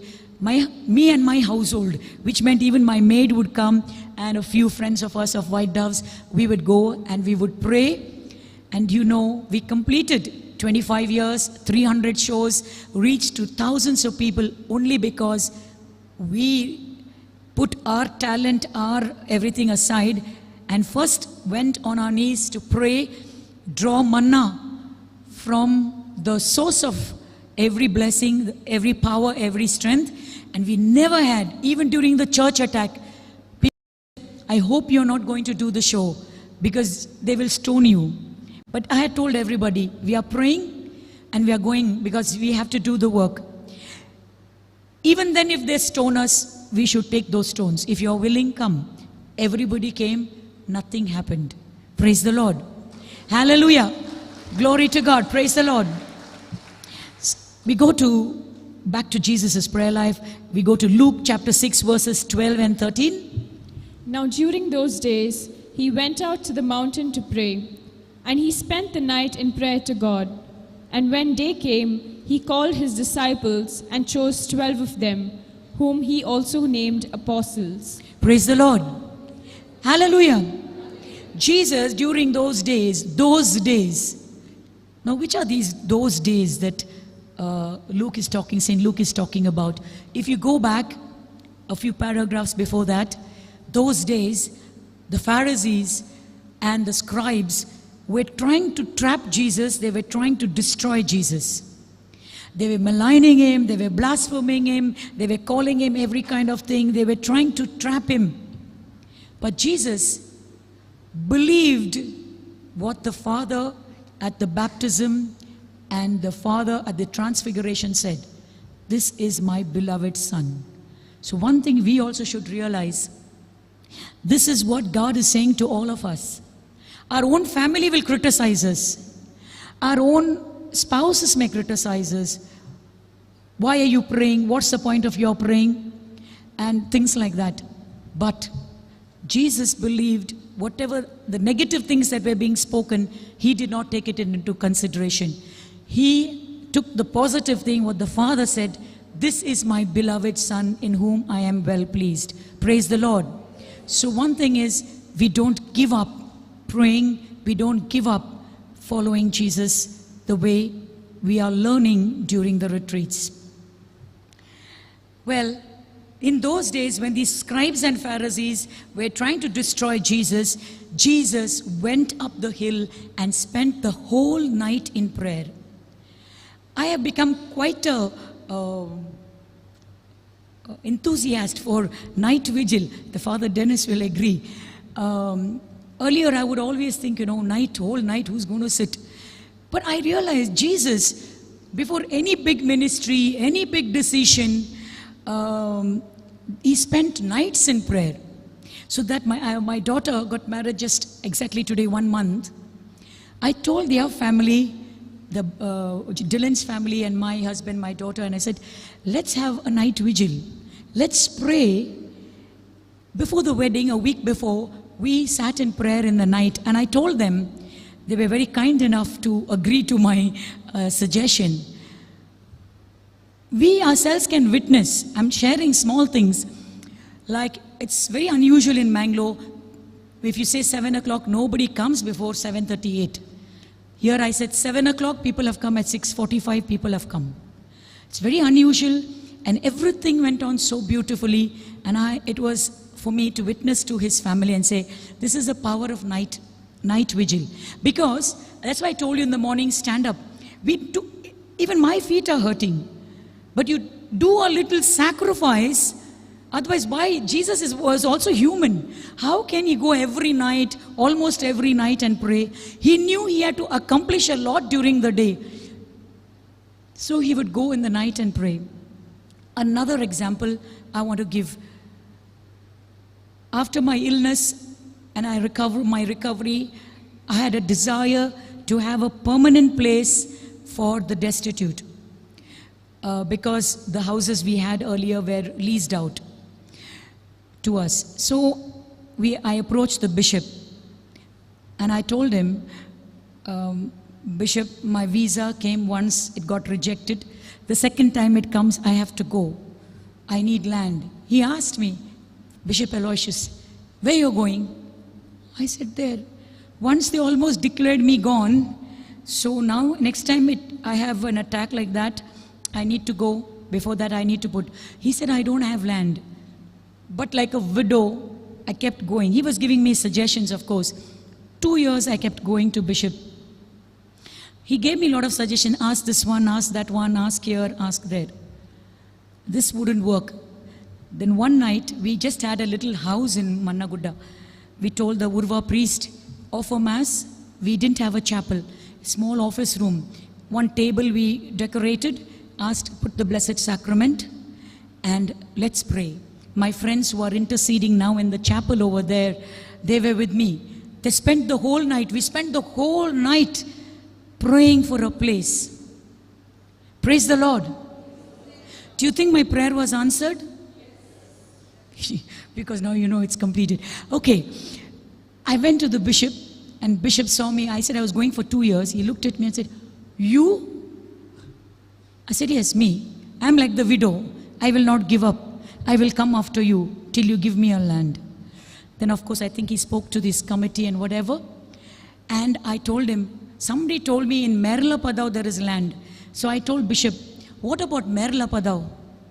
I'm asking for some place far away, and somebody told me there's no water also. I thought maybe we will pray and get water also. So he said, Merlapadau, I'll see, he said. Okay, he said.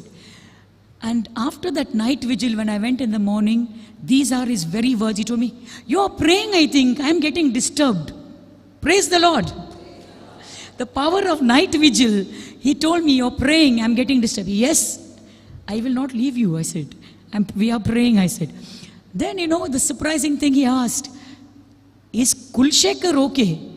I couldn't believe my ears. Before that, I just met, I met you, the other sister, the superior of little sisters. I said, do you have any land here? So she said, we are building here, there is a land. I went, put St. Anthony, St. Joseph. I dug one pit, put one St. Joseph, everything, prayed and came. And bishop is asking me, is Kulshekar okay? The same plot he's showing us. And of course, you know the rest of the story. That, I'll come back to the point. Bishop could give that land because of the night vigil. Praise the Lord. Because first time it's the history of the Diocese of Mangalore that bishop is giving that to prime land, 49 cents in the city. So look at God, how good He is. I'm asking for Merlapadau. He has given Kulshekar close by, so we could also give accommodation for people who wanted to do the retreat here. Praise the Lord. Hallelujah. Hallelujah. Now, spending the whole night in prayer, Jesus, we know, if you read, he went out to the mountains and he prayed. We just read Luke chapter 6, 12 and 13. And he spent the whole night in prayer. Spending the whole night in prayer also, remember he took Peter, James and John to the Garden of Gethsemane and Mount of Olives, sorry. And he said, stay awake and pray. Now why does he ask us to pray? There are times that we will need to stay awake in the night and pray. These are the days we need to pray more than ever. He told Peter, James and John, pray, overcome by sleep. They went off to sleep and he said, you can't keep awake at least 1 hour. He said, stay awake and pray that you will not go to the times of trials. God will be with you those difficult times, which means there will be times of trials, difficulties in our lives. And that is the time we need to pray. Because Jesus himself prayed, the Bible says, when he went to the Mount of Olives to pray, in his anguish, he prayed more intensely. Praise the Lord. Hallelujah. Opposite of that, Jesus' prayer life. Our prayer life, when we are seeing a huge mountain, instead of focusing on Jesus, we try to see how to solve this. Can I get Father Augustine to pray? Will I get Brother Raghu? How to solve this problem? But here Jesus is giving us an example. The Word of God is saying, St. Luke is saying, in his anguish, he prayed more intensely. So when our problem becomes, sometimes we pray, and instead of the problem getting smaller or going away, the mountain being moved, it becomes bigger. Testing time. But we have to pray even more intensely, and God will answer every prayer. I'm cutting short to tell you a little bit about our personal prayer. Before that, I just want to say, three kinds of people followed Jesus always. There was a crowd. There's a crowd here. Let us just see where we belong. We have already listened to the word of God yesterday and today. There's a crowd. They would come every day to the synagogue or wherever Jesus was, by the seashore, listen to the word of God, go back to their work, forget what they heard next day. I have seen people even coming for retreats like that. They will come and sleep the whole retreat. But that addiction of going, coming, no, not bearing fruit. So are we like that? Are we belonging to the group of the crowd? Coming, listening, going back, same. Or the second kind, Pharisee culture. Are we like the Pharisees? There were Pharisees who came after Jesus. They would come every day and listen to what Jesus would say. But they were coming with a different intention. They were coming to find fault. Oh, this preacher said like this. This preacher's language is not okay. Oh, like that. We can have the Pharisee culture. Pharisees came just to find fault with Jesus, how they can trap, how they can destroy Jesus. Do we belong to that category? Or I hope we all belong to the third category, a disciple of Jesus. The disciples stayed with Jesus. They prayed with Jesus. They went with Jesus. Praise the Lord. Hallelujah. Hallelujah. Brothers and sisters, you and I have also a special calling. Reflecting on the prayer life of Jesus, we are called to pray, we are called to be intercessors, we are called to strengthen ourselves with our personal prayer, getting up early in the morning. Can we go to Ephesians, St. Paul writing to Ephesians chapter 1 and verse 4. The calling that I have, you have. One calling. We are all called to be holy and blameless. And we are all striving. Nobody can say, I'm holy. Our sinful nature is there. We fall. But we are called to a life of holiness, to be holy and blameless before the Lord. Just as He chose us in Christ before the foundation of the world, to be holy and blameless before Him in love. Praise the Lord. So one calling we have is to be holy and blameless. The second is to be a witness. We go to Matthew 8:28-19. To make disciples of the Lord. Go therefore and make disciples of all nations, baptizing them in the name of the Father and of the Son and of the Holy Spirit. Praise the Lord.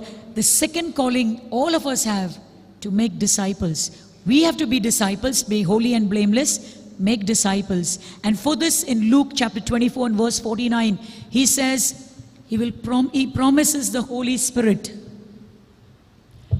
And see, I am sending upon you what my Father promised. So stay here in the city until you have been clothed with power from on high. Praise the Lord. So, until you're clothed with power, stay in the city. And for this mission, to be a witness, we need that power, the power of the Holy Spirit. Praise the Lord.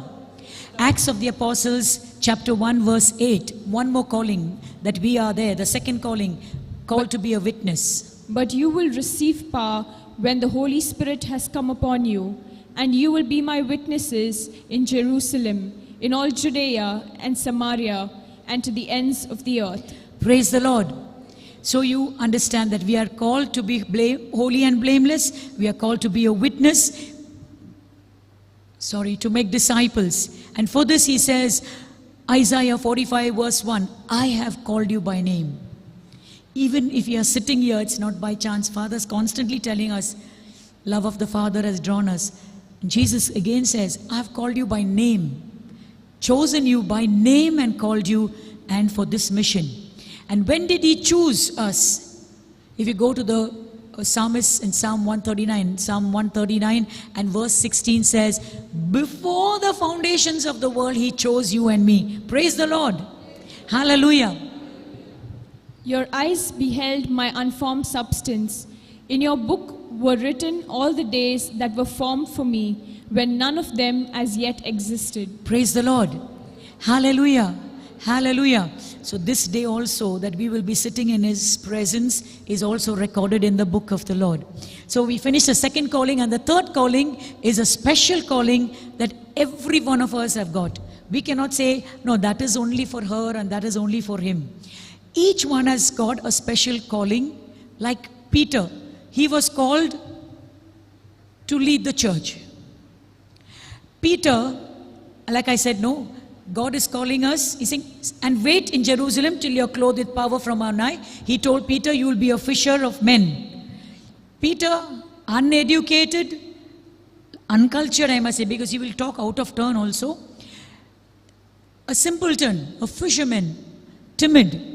But when he waited on the Lord, God chose him, called him by name. You are Peter, the rock. Jesus called him by name. And a timid Peter who denied Jesus before an ordinary servant girl, when the Holy Spirit, when Jesus said, the Holy Spirit will come upon you, wait till you have power. The Holy Spirit came upon Peter, and Peter, the ordinary man, could stand before the learned, the Pharisees, and witness for Jesus, make disciples for Jesus. Praise the Lord. Hallelujah. Hallelujah. And Jesus tells you and me also, you have a special calling that we have to pray and see, what is my calling? My calling might be even to serve my own family. I have a sick father or mother or grandmother or somebody. It may be a calling. If I leave my work there and go and do all the possible social work outside, that's definitely not a calling. My calling can be even in my home. We need to identify, need to reach out to somebody else. What the Lord, the talent He has given us, most of it we use it for our own glory. The talent, whatever He has given, is for His glory. Praise the Lord.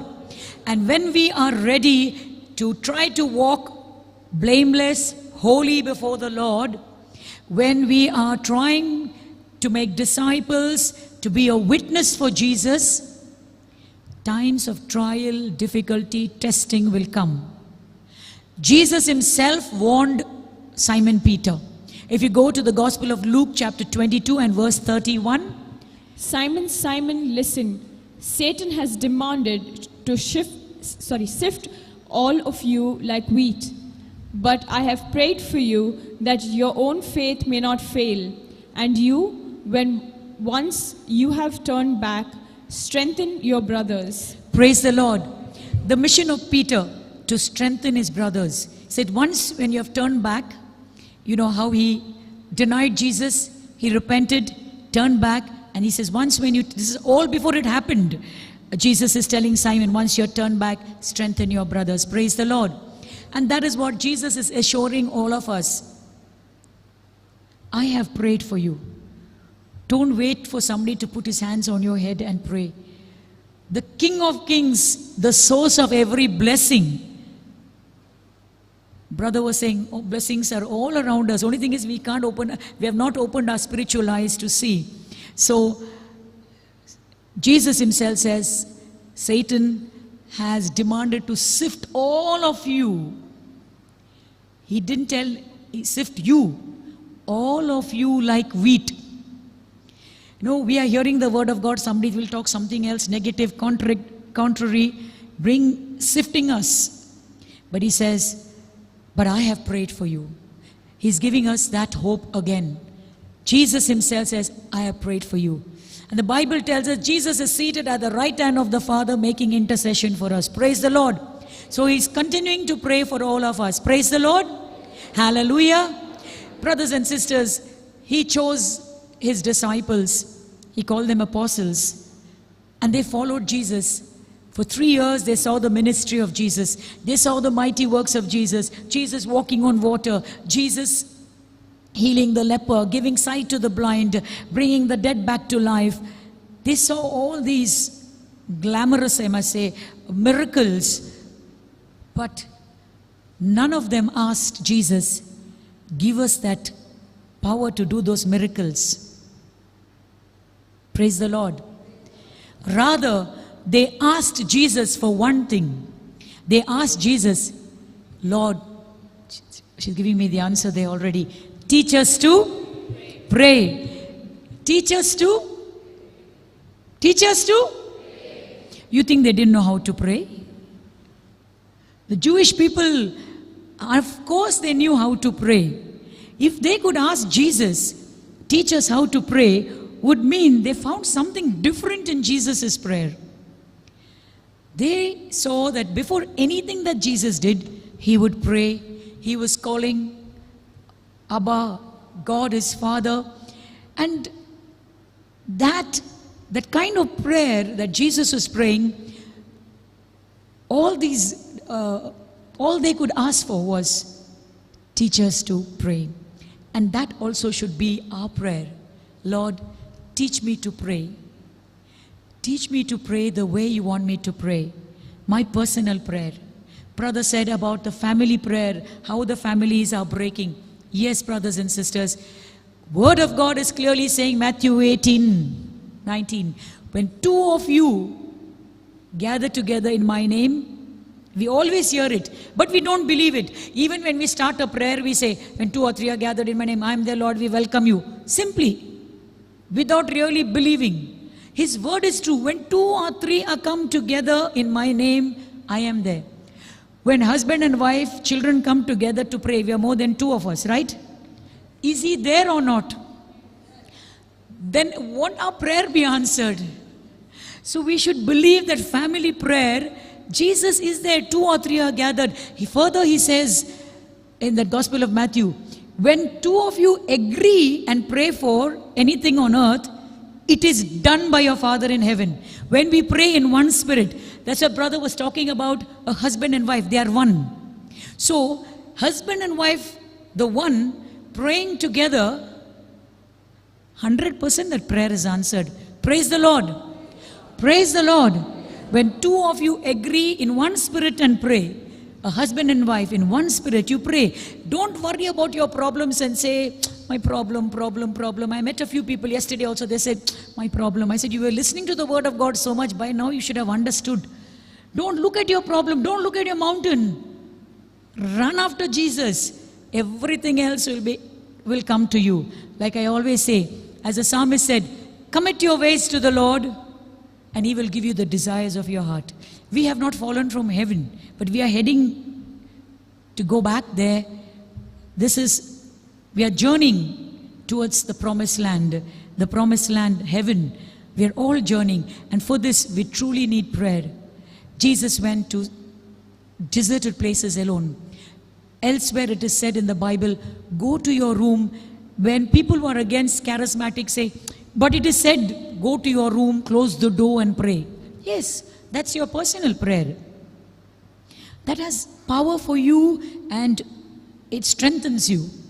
Then there is family prayer to keep us together. The family that prays together stays together. Then there is intercessory prayer where people come together and pray. Praise the Lord. Hallelujah. Hallelujah. That's why at a retreat, miracles have happened. I was just telling somebody, we have seen mighty miracles.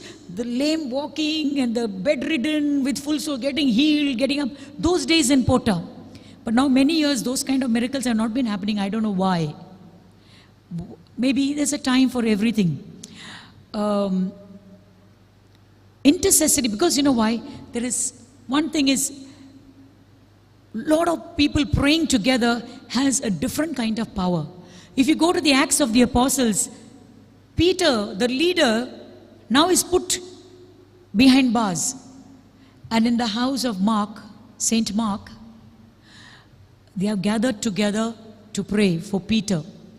Intercessory prayer is going. That's what Father said first day. Even if your people are at home, somebody else you're praying for, pray here. That prayer will reach there. The power of intercessory prayer. They were praying in that house, and what happened? The Bible says, while Peter was kept in prison, the church prayed fervently to God for him. And if you go to the Bible there and you see, what is Peter doing? He is cool. He is sleeping there in the prison cell. How could he sleep? Because somebody was praying. That group was praying for him. And that is why the chains fell off. An angel took him out, brought him out of the prison cell. He thought it was a dream, and only later he realized, no, it's true. He's free. And where does he go? The Bible says he headed straight to the house of Mark, where they had gathered to pray. Power of intercession. Praise the Lord. So we always invite, join a praying community. It helps. It helps because when you pray together, there is a kind of power too. You see, in the upper room, they were gathered together. And people even listening to them were filled with the Holy Spirit. So our personal prayer, our family prayer, our prayer groups, today all the prayer groups have died out. Because we were looking at the leaders. Many leaders have fallen. So what to pray? See what that person is, see what this person is. Always judging. But you go, you try to do your bit, you try to pray, and maybe through your prayers, everything can change. Praise the Lord. Hallelujah. Hallelujah. Let us all stand up and close our eyes and make this prayer from our heart. Jesus, teach me to pray. I heard that early in the morning is a time of grace. Just as you went and prayed early in the morning when it was still dark, just as you spent so many night vigils, give me that grace to pray.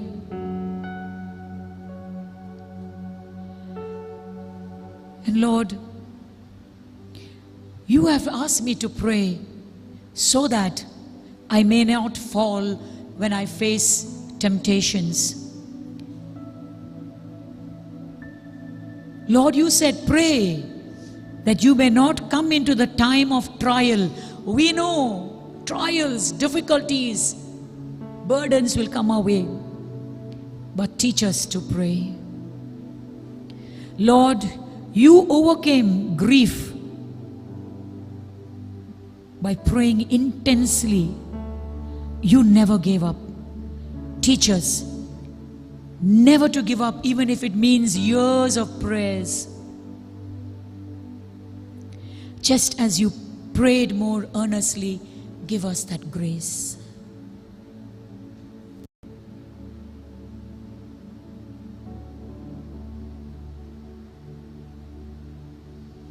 And Jesus promises, stay here till you're clothed with power from above. We wait for rekindling of that power that is already put into each one of us. St. Paul says, rekindle that spark that is still in you. All of us need that rekindling of that fire, the Holy Spirit. That's why we wait on the Lord, clothed with that power. Coming into the presence of God, preparing our hearts to adore and worship Him. Let's ask the intercession of Mother Mary, just as she was there in that upper room, to pray with us. Stay with us. Lead us closer to her Son. Hail Mary. With you, blessed are you among women, and blessed is the fruit of your womb, Jesus. Holy Mary, Mother of God, pray for us sinners, now and at the hour of our death. Amen. Praise the Lord. Praise the Lord. Hallelujah. Hallelujah. Hallelujah. Hallelujah. Hallelujah. Hallelujah. Praise the Lord. Praise the Lord. There is a very inspiring and encouraging sharing from Corinne, which was not really very much pre-planned earlier. Yesterday, Raghu and me, when we were discussing and praying about today's program and the theme and the talks, suddenly it came to my mind. I told to Raghu, why don't we ask Corinne to give a sharing? I did not tell any theme or anything, but I knew there is inspiration, there is power of the Holy Spirit. Because I know, I would say maybe almost 25 years before also, when we started the ministry together, then Corinne was assisting me. Now I begin to feel I am assisting Corinne. She has grown in the spirit, grown in the prayer. And I learned a lot from them and from the family too. And it is really very much an encouraging thing. I remember what she said about in the beginning, our ministry in Gujarat at that time. And I knew also it was a time for them for the street show, and it's a very busy time also. In spite of that, when I asked her, she was willing to come, even though these preparations were going on, and even though sick and many things. And I remember when she said, when I recovered from my sickness, I do not know even now whether Corinne is recovered from the sicknesses or not. But God is carrying her, taking her, and continuing the ministry, yes. And it is very encouraging when somebody, maybe Rakhu or me, we come from different places, but being the daughter of the soil, you know them face to face, in and out, then it becomes more meaning. Praise the Lord. Hallelujah. Hallelujah. Hallelujah. Hallelujah. As we begin this adoration, as she started saying how getting up early in the morning and collecting that manna, which really gives you the strength and the power. And that manna was keeping them all through early in the morning. And what she was winding up saying, I was just thinking, I am going to be mentioning this, and suddenly the Holy Spirit inspired her how Peter was sleeping with the chains. How could see someone making the intercession? At the beginning of this adoration, I'm inviting you. You are all prayer warriors. You're all prayer warriors interceding, which means in Latin we say, intercedere, Father Daniel should know. It means coming in between, cutting in between. So, we are standing in between somebody else and between God, and stretching out the hands and saying, Lord, save these people. How Abraham was interceding for the Sodom and Gomorrah before God. We are praying. Therefore, when we grow in prayer, we grow from praying for ourselves, grow to praying for others. And that is the real intercession. Let it happen now. And we feel miracles, healings in the presence of the Blessed Sacrament as we expose Sacrament now.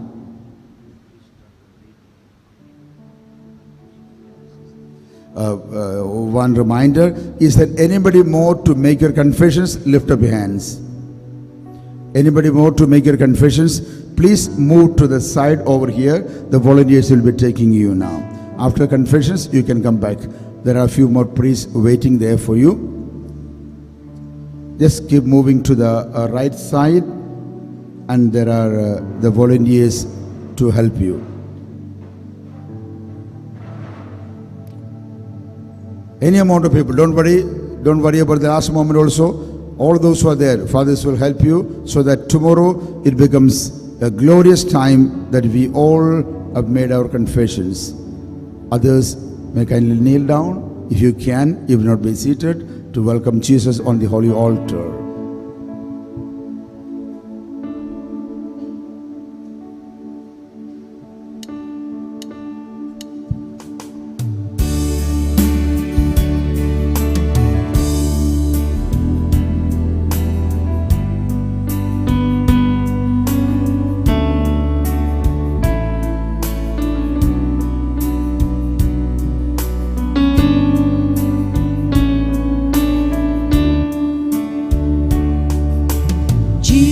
Jesus, we enthrone you. We proclaim you are King. Standing here in the midst of us, we raise you up with our praise. And as we worship your throne, and as we worship your throne, and as we worship your throne, come Lord Jesus and take your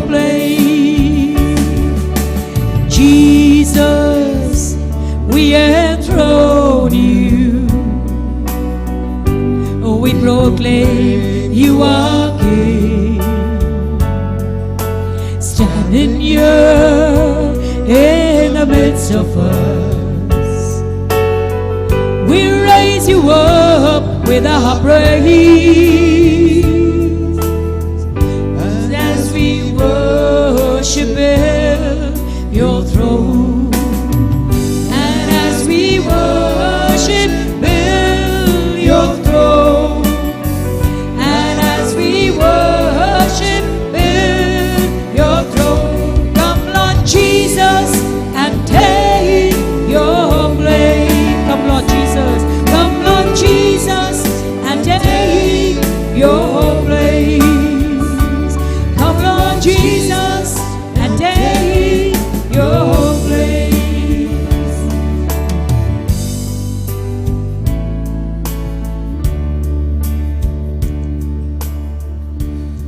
Yes, my brothers and sisters, we are in the very presence of Jesus in the Blessed Sacrament. The psalmist says, look to the Lord and be radiant. Look to the Lord and be radiant. प्रभु की ओर देखो, महिमान्वित हो जाओ. Look to the Lord and be radiant. When we look into our problems, into our difficulties, our frustration, our brokenness, our life devastated, we become tired. We become downtrodden, frustrated, and we feel there's no answer to my questions. If you have a broken leg and keep on looking into that one, you will feel, when I will get healed. If I got a blind eye, when I will get my sight. When my husband is an alcoholic, when can I have a redemption from him? If your wife is constantly sick, what shall I do? If your children go astray and they do not listen to you, I can give guidance and advice for everybody, but what of me in such crisis, in such situations? Your answer, the psalmist says, look to the Lord and be radiant. Hallelujah. Hallelujah. Hallelujah. Hallelujah. Hallelujah. Hallelujah. Hallelujah. And from there comes your answer. Yes. The Lord will answer you. He will tell you what to do. He will tell you what to do. Yesterday, Brother Raghu was telling, when the people of Israel, then they were going through the desert land. They found water, but it was bitter. It is bitter. What to do, this bitter water? The Lord will show you that piece of wood. And told, you put that piece of wood into the water, into the lake, and that water became sweet. That piece of wood is today the wood of Christ. The cross of Christ. That cross of Christ, you bring that cross into your life, the crucified Savior. The cross of Christ will bring meaning. As St. Paul says to Philippians and chapter 1 and verse 29, you are called not only to believe in Jesus, but you are granted the privilege to suffer on account of Him. You are called not only to believe in Jesus, but you are granted the privilege. Remember, it's a privilege. It's a privilege. Granted the privilege to suffer on account of Him. Amen. Hallelujah. Hallelujah. Hallelujah. Hallelujah. Hallelujah. And then suddenly you will turn and you will see that wood which will make your bitter water sweet. Your experience will become sweet. You will turn to the Lord. Repent and return to me. Because Zechariah chapter 1 and 3. Repent and return to me, and I will turn to you. Thirumbi varangal enidam varangal nane nenakku meedpar. So this invitation of Jesus, look to the Lord. Everybody, once again, look towards the Blessed Sacrament and give to Him all your problems, all your agony and your sufferings. Every agony will lead you into an ecstasy. If Jesus did not have to suffer in the Garden of Eden, the agony of Jesus there. From that agony, Jesus was left. Later, in the resurrection, the glorious ascension, the ecstasy. So my brother, my sister, all of us has go through that agony of life which Jesus went through as we follow him also before we reach the life of the ecstasy. And he will grant you that. Amen. Amen. Hallelujah. Hallelujah. Hallelujah. Hallelujah. Hallelujah. Hallelujah. Hallelujah. Hallelujah. Hallelujah. And then Hallelujah. the time between the agony and the ecstasy is a life of prayer, life of faith. I told you about Abraham in the morning. When Abraham was asked to sacrifice his only son, everything is coming to a standstill. Then he saw everything is, where is my generation, people, kingdom, all that thing. That is the agony. From that point where you see the door shut, your door is shut, you begin to turn and turn and turn and turn until you see 7 other doors open for you. Amen.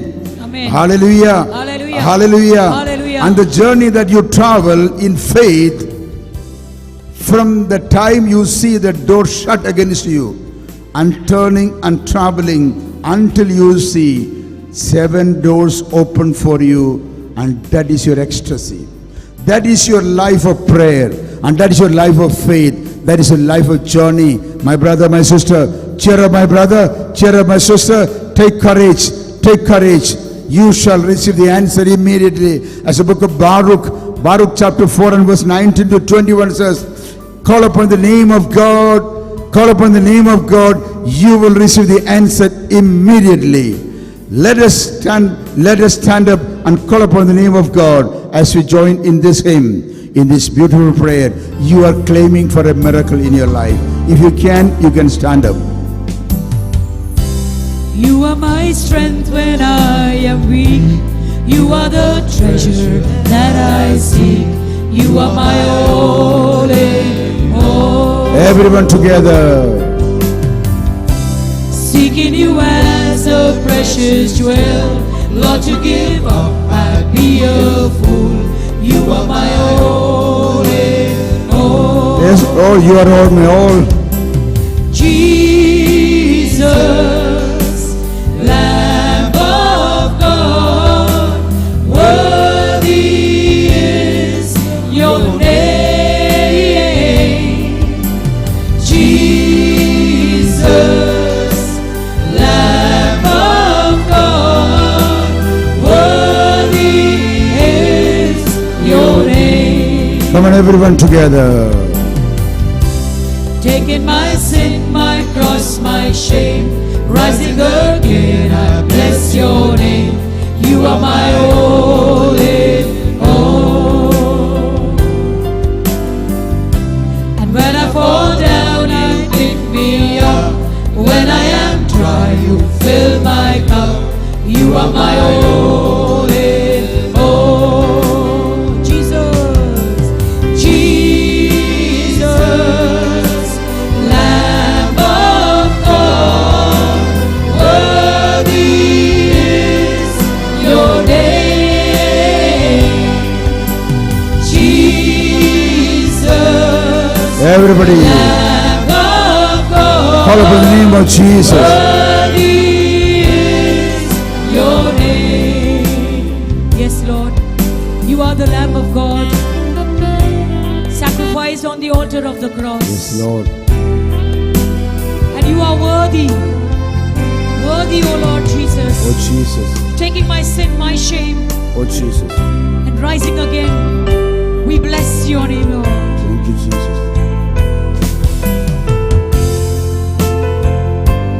You are my strength when I'm weak. You are my strength when I am weak. You are the treasure that I seek.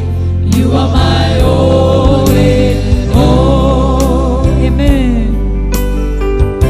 And seeking you as a precious jewel, Lord, to give up, I'd be a fool. You are my all in all. Jesus, Jesus.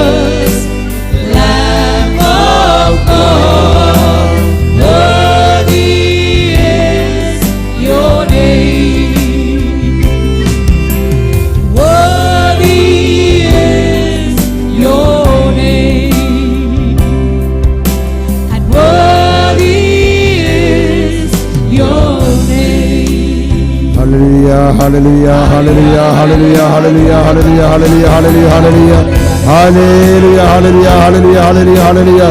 Jesus, we praise you, we thank you, we worship you, adore you, Lord Jesus. Hallelujah, hallelujah, hallelujah. My brother, my sister, pray intensely, pray intensely. Ask for a miracle, ask for a healing, ask for a deliverance, ask for an empowerment. Oh Jesus, you are my God, you are my Savior, you are the deliverer. Lord Jesus, oh Jesus, let the mighty power, miracle, anointing, empowerment happening. Hallelujah, hallelujah, hallelujah, hallelujah, hallelujah, hallelujah, hallelujah, hallelujah, hallelujah, hallelujah, hallelujah, hallelujah, hallelujah, hallelujah, hallelujah, hallelujah, hallelujah, empowerment and empowerment and empowerment.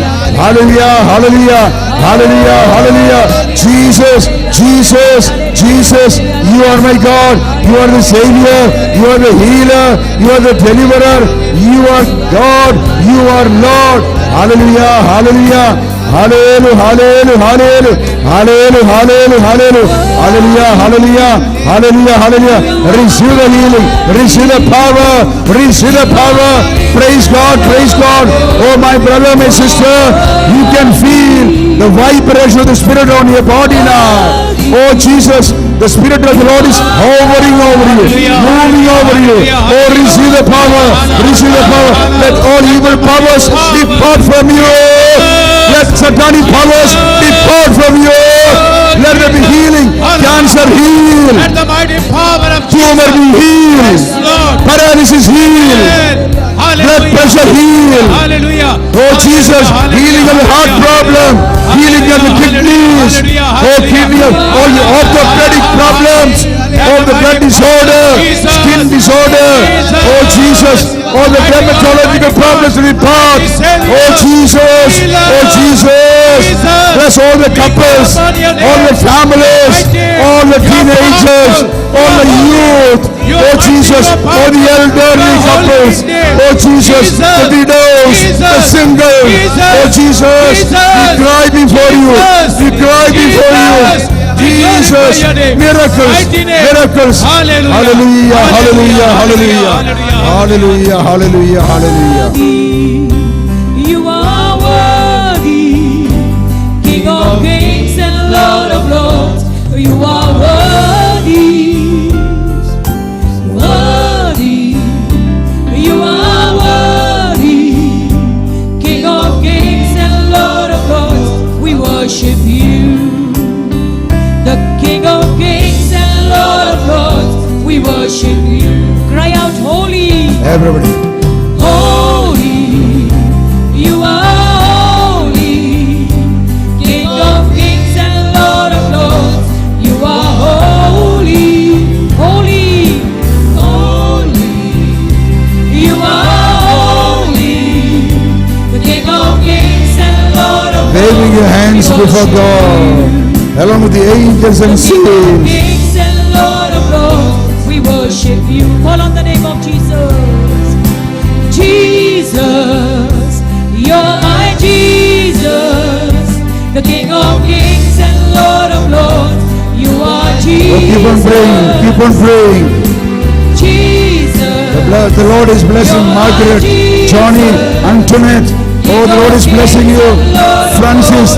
You are Jesus. Oh, the Lord is blessing. Keep praying and praying. Jesus. Annalyn, the Lord is blessing you. Shirley. Oh, the Lord is blessing you King now. of kings and Lord of lords, we worship you. Daphne, the Lord is blessing you. Sheila, the Lord is anointing you. Oh, there is God is coming upon you. Dominic, Xavier, Jesus anointing you this moment. Receive the blessing. Receive the healing. There is great power coming upon every one of you. Some of you having skin allergy, rashes all over your body. There may be some eruptions of the skin. The Lord is healing in this moment. The Lord is healing in this moment. The blood of Christ is cleansing you. Thank you. Yes, my brother, my sister. Thank you, Jesus. Somebody having severe pain on the last tailbone, you find it difficult to sit in the bench. It is paining you, but now you can realize that pain disappeared. Maybe the doctors asked you to go for surgery. Without surgery, the Lord has healed you. Take it easy for you now. Hallelujah. Hallelujah. Hallelujah. Hallelujah. Hallelujah. Hallelujah. Hallelujah. 9 other people who had severe problem with your knee and the ligament torn. You find it difficult to walk, cannot climb the steps, cannot bend the knee. My brother, my sister, Jesus has healed you this moment. Hallelujah. Hallelujah. Hallelujah. Hallelujah. Pain all over your body at various joints. This moment, Jesus said, the paralyzed man, take up your bed and walk. This moment, wherever you got a pain, in any part of your joint, my brother, my sister, claim it for you. Put your hand over there and say, I am healed. And give glory to God. Oh, you are healed. You are healed. You are healed. Oh, give glory to you, Lord. Give glory to you, Lord. Give glory to you, Lord. Hallelujah. Hallelujah. Hallelujah. Hallelujah. Hallelujah. Hallelujah. Hallelujah. Hallelujah. Hallelujah. Hallelujah. Hallelujah. Some ladies having problem in the uterus. Polycystic ovary, or there may be growth in the uterus. You are not able to conceive. You have got bleeding regularly, irregular monthly cycles. Oh Jesus, delivering you. We claim the miracle in the Gospel of Luke chapter 8, verse 40 onwards. The woman was suffering for 12 years, got the healing. Jesus regenerate the uterus. He recreate the ovaries, recreate the fallopian tubes. Let them become fertile. May they glorify God with the gift of the children. Hallelujah. Hallelujah. Hallelujah. Hallelujah. Claim the blessings of God now. We sing this hymn. Jesus, you are my healer.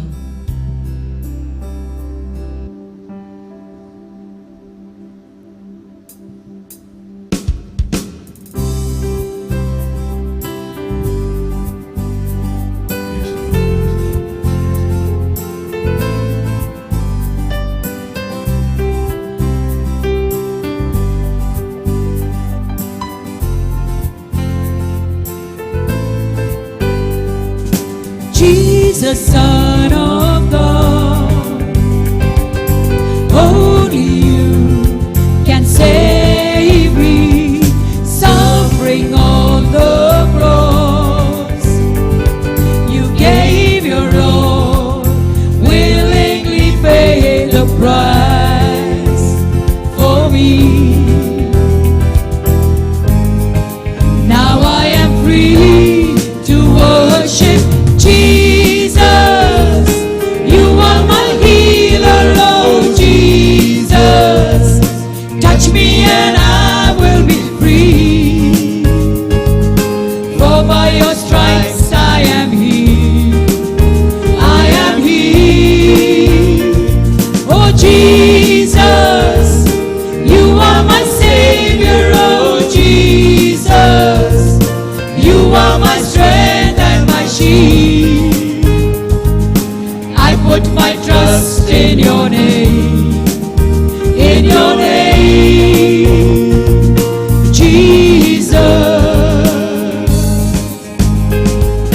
Lord, your name is great, a refuge I can run to, a shelter from the storm, a faithful friend.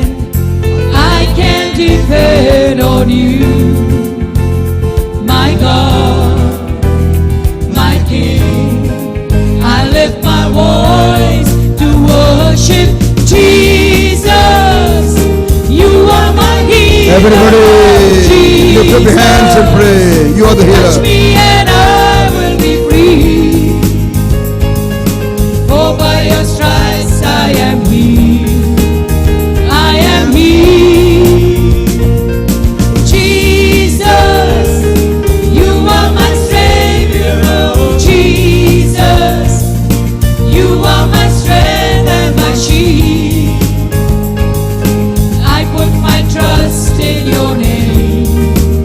In your name,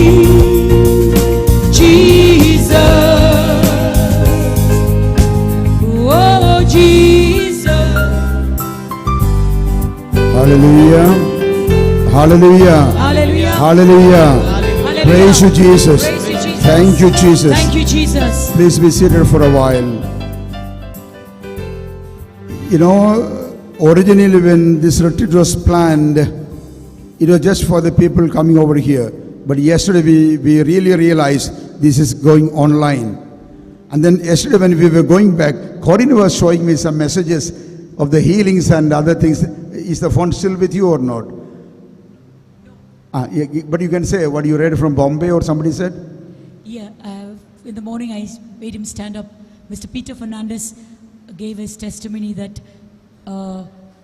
after an accident he could not move his shoulder. Stand up, please. Is there? Peter, Okay. right? Yes. Peter, can you come up here? Were you the one who wrote the message? Yeah. Father's calling you up. Praise the Lord.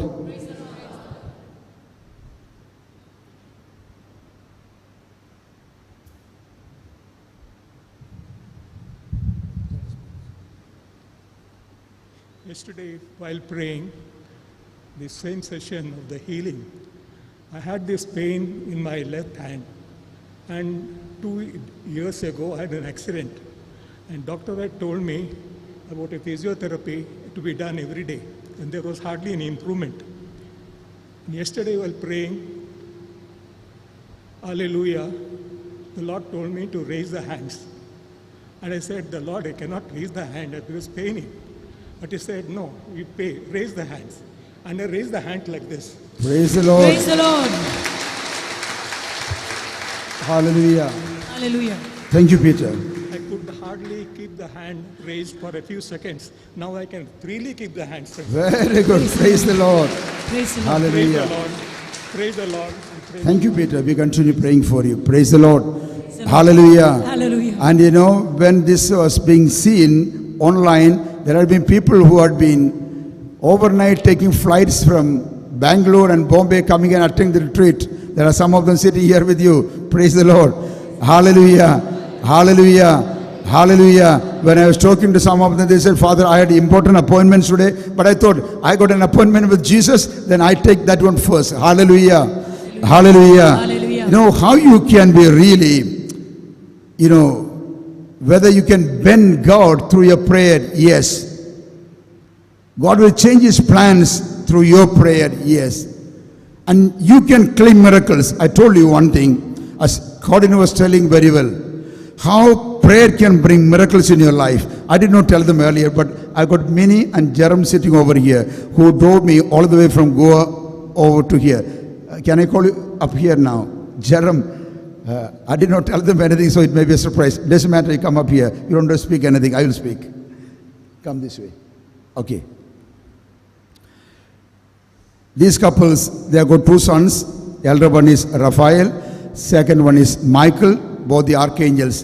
One more was there, then would have been all the 3 archangels. Praise the Lord. Hallelujah. Hallelujah. Jerem just retired as a lecturer in the Polytechnic, ITI in Goa, and Minnie took a voluntary retirement. Her last service was in Mangalore as the AGM, Assistant General Manager of Telecommunications, serving in Mangalore. What I'm going to tell you is their second son, Michael, when he was born, everything thought normal. But this boy was not showing the signs of growth and development. At the age of 1 even, did not speak anything. Age of 1 or 2, he is not speaking anything. At the age of 3, not able to walk. Make it short. Even at the age of 9 and 10, he was only able to crawl with his hands and legs on the floors. They had been praying and praying, going from place to place.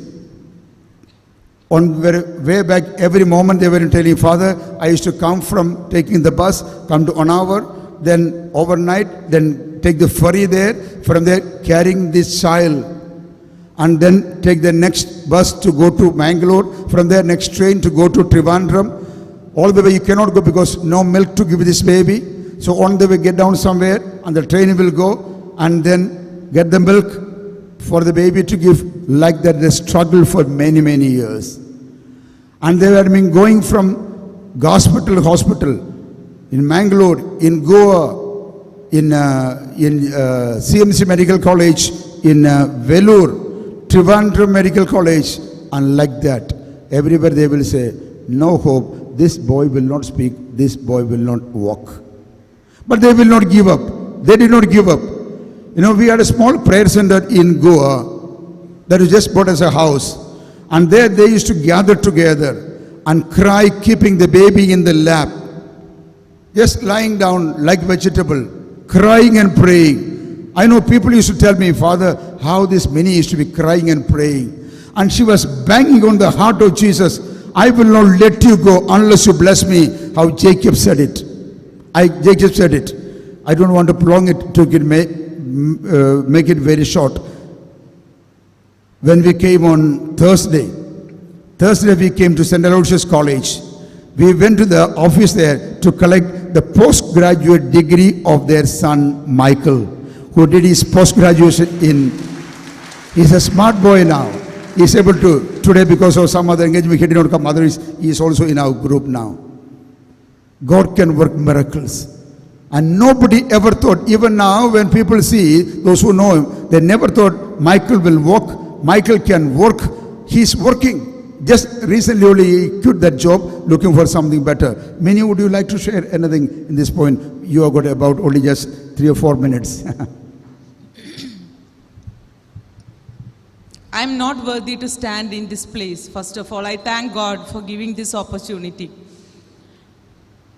And once upon a time, I was thinking that Michael was born as a punishment for my life. That is what I was thinking. But today I know God had a better plan for sanctifying us and bringing close to God. And He is a blessing in our family. As Father told, doctors in CMC Vellore told us that he will never walk, he will never study up to 4th standard. And we were more relying on our intellect, and we were also thinking that yes, we will see that he will walk by our own intellect. But God has showed us every retreat, every prayer meeting, every family prayer, we were seeing miracle in our family. And day by day, Michael started walking. First we were not having, even the CMC Vellore, when they told us that he has to be admitted in the school, we were not having the guts to go to a school to ask, because we are lifting him and going. How can we tell a school to take him? But God has given him admission in CBSE school in Wareham. CBSE school, naval-based school, he has joined. Teachers were very helpful. Everywhere God was sending angels for taking care of my son. And even our church and our Holy Family Church and the community was helping him in giving him confidence and making him to grow. And he was a part of the choir when he cannot stand of his own. And the school also, the children were taking him as a part of his family. And after 10th, he was gone to again. Then only he started thinking that why I am like this when all others are normal. He started asking me questions, why you have not taken care of me or what? Was there any problem? Means that you have not taken care. I had no answer for him. Then God has shown me another place where I have to take him, and seeing other children and how I was guiding them by telling that you have to do that, you have to do this. Then he himself told me, yes, Mama, you have done a lot for me. I understand that you have taken care of my things. And my Michael now, he is a part of that Missionaries for Christ in Goa Union. It means even in Mangalore, he was a part of MFC. And today he is in Mangalore also, in Goa also, he is a part of MFC. And he goes daily for Mass. As far as possible, he is into his own personal way, he is growing in his religious life also. I thank Almighty for all the blessings He has showered in our family. Thank you, Mini. Okay, Mini, And so we thank them very specially. And yesterday, Thursday when we went to St. Aloysius College, we found the office staff, everybody, they were so eager to see Michael. And, the certificate is, they're going to come for the convocation. So when they got the certificate and gave to me, I was also very happy to see getting a university certificate in the hands. Praise the Lord. And when I thought of coming to Goa, then Corinne told me, Father, if there is anybody want to come from, as a family from Goa to attend the retreat, then I thought, I just told them. They were more than willing, in spite of there had been other schedule. They drove me all the way and looking after me also. Thank you, Joram. Thank you, many. Praise the Lord. Why this testimony is, you can also claim in the same manner, as Corinne also shared, you can have miracles in your lives. Praise the Lord. Hallelujah. Hallelujah. Hallelujah. And I wind up this adoration claiming 2 Chronicles chapter 7 and verse 13 and 14. After Solomon has built up the temple, when God appeared to him and said, if I shut up the heaven, no rains, and the land is dry, and the pestilence come upon the earth, and there is drought and famine, then verse 14 says, if my people who are called by my name humble themselves, turn away from their wicked ways, seek the face of God, and pray. 4 things. If my people who are called by my name, number 1, humble themselves. Number 2, turn away from their wicked ways. Number 3, seek the face of God. Number 4, and pray. 3 blessings. I will forgive their sins, answer their prayer, and heal the nation.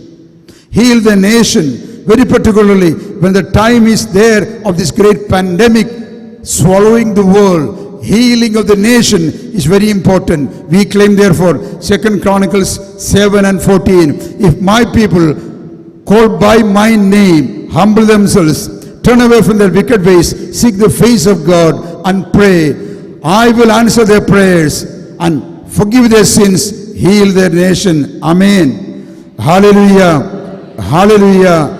Hallelujah. Let's bow down, if possible, kneel down to receive the final blessing of the Holy Eucharist. Before we go into the final blessing, tomorrow is the last day of these 3 days of the retreat. And it's God's really plan to have it the whole day, morning till evening. Tomorrow being Sunday, you can bring more people. We will make arrangements for them also, so that God may bless you. However, I'm not deputed to say this, but I just joined with the team organizing this. Corinne was mentioning yesterday and today also. Those who want to make your contributions, there are donation boxes kept at the entrance and at different places over there. On behalf of the White House and on behalf of this retreat, I earnestly request you, make the best of your contributions for the work of God. I live in White House these days. I know how they're looking after and taking care of them.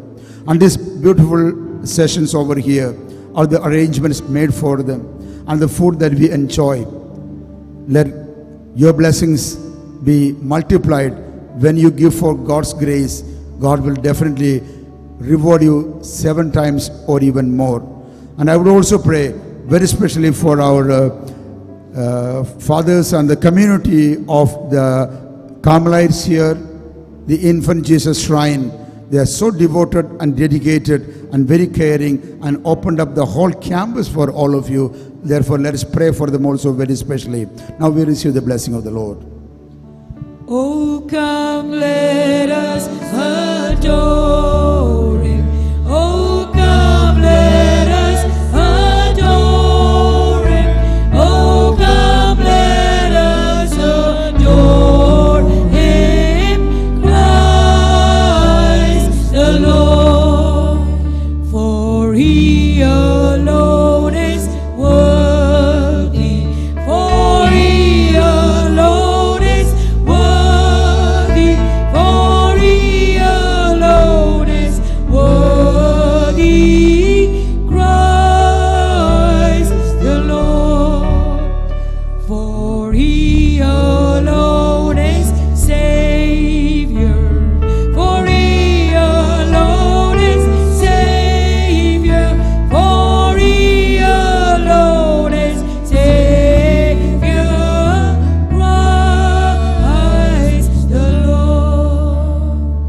O sacrament most holy, O sacrament divine.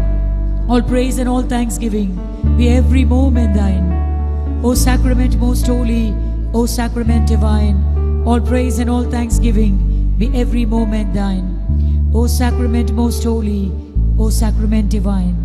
All praise and all thanksgiving be every moment thine. Praise the Lord. As Father just said, I'll repeat again. Tomorrow we start at 9 sharp. There's provision for a lot more people to join in. So make it, go back and at least give a call to one person so that maybe it can be your gift for Jesus this Lent season. Call and bring one more. We will have provision for everything. And tomorrow during Holy Mass, we will have love offering also towards the expenses of this retreat. I invite you again, if you want to come for any of our further sessions, there's a counter outside. You can write your name and your number there. We will be in touch with you. And you're always welcome to White Doves. We have a prayer service there every Friday from 5 to 7. You're always welcome. And I've been gifted with the key of a Ford car. I don't know whether it's for me, but we found the key of a Ford car. A blue color key of a Ford car. If it belongs to any one of you, you can take it from me. If not, I take the car. I have the key. Okay, thank you for coming and we'll see you tomorrow.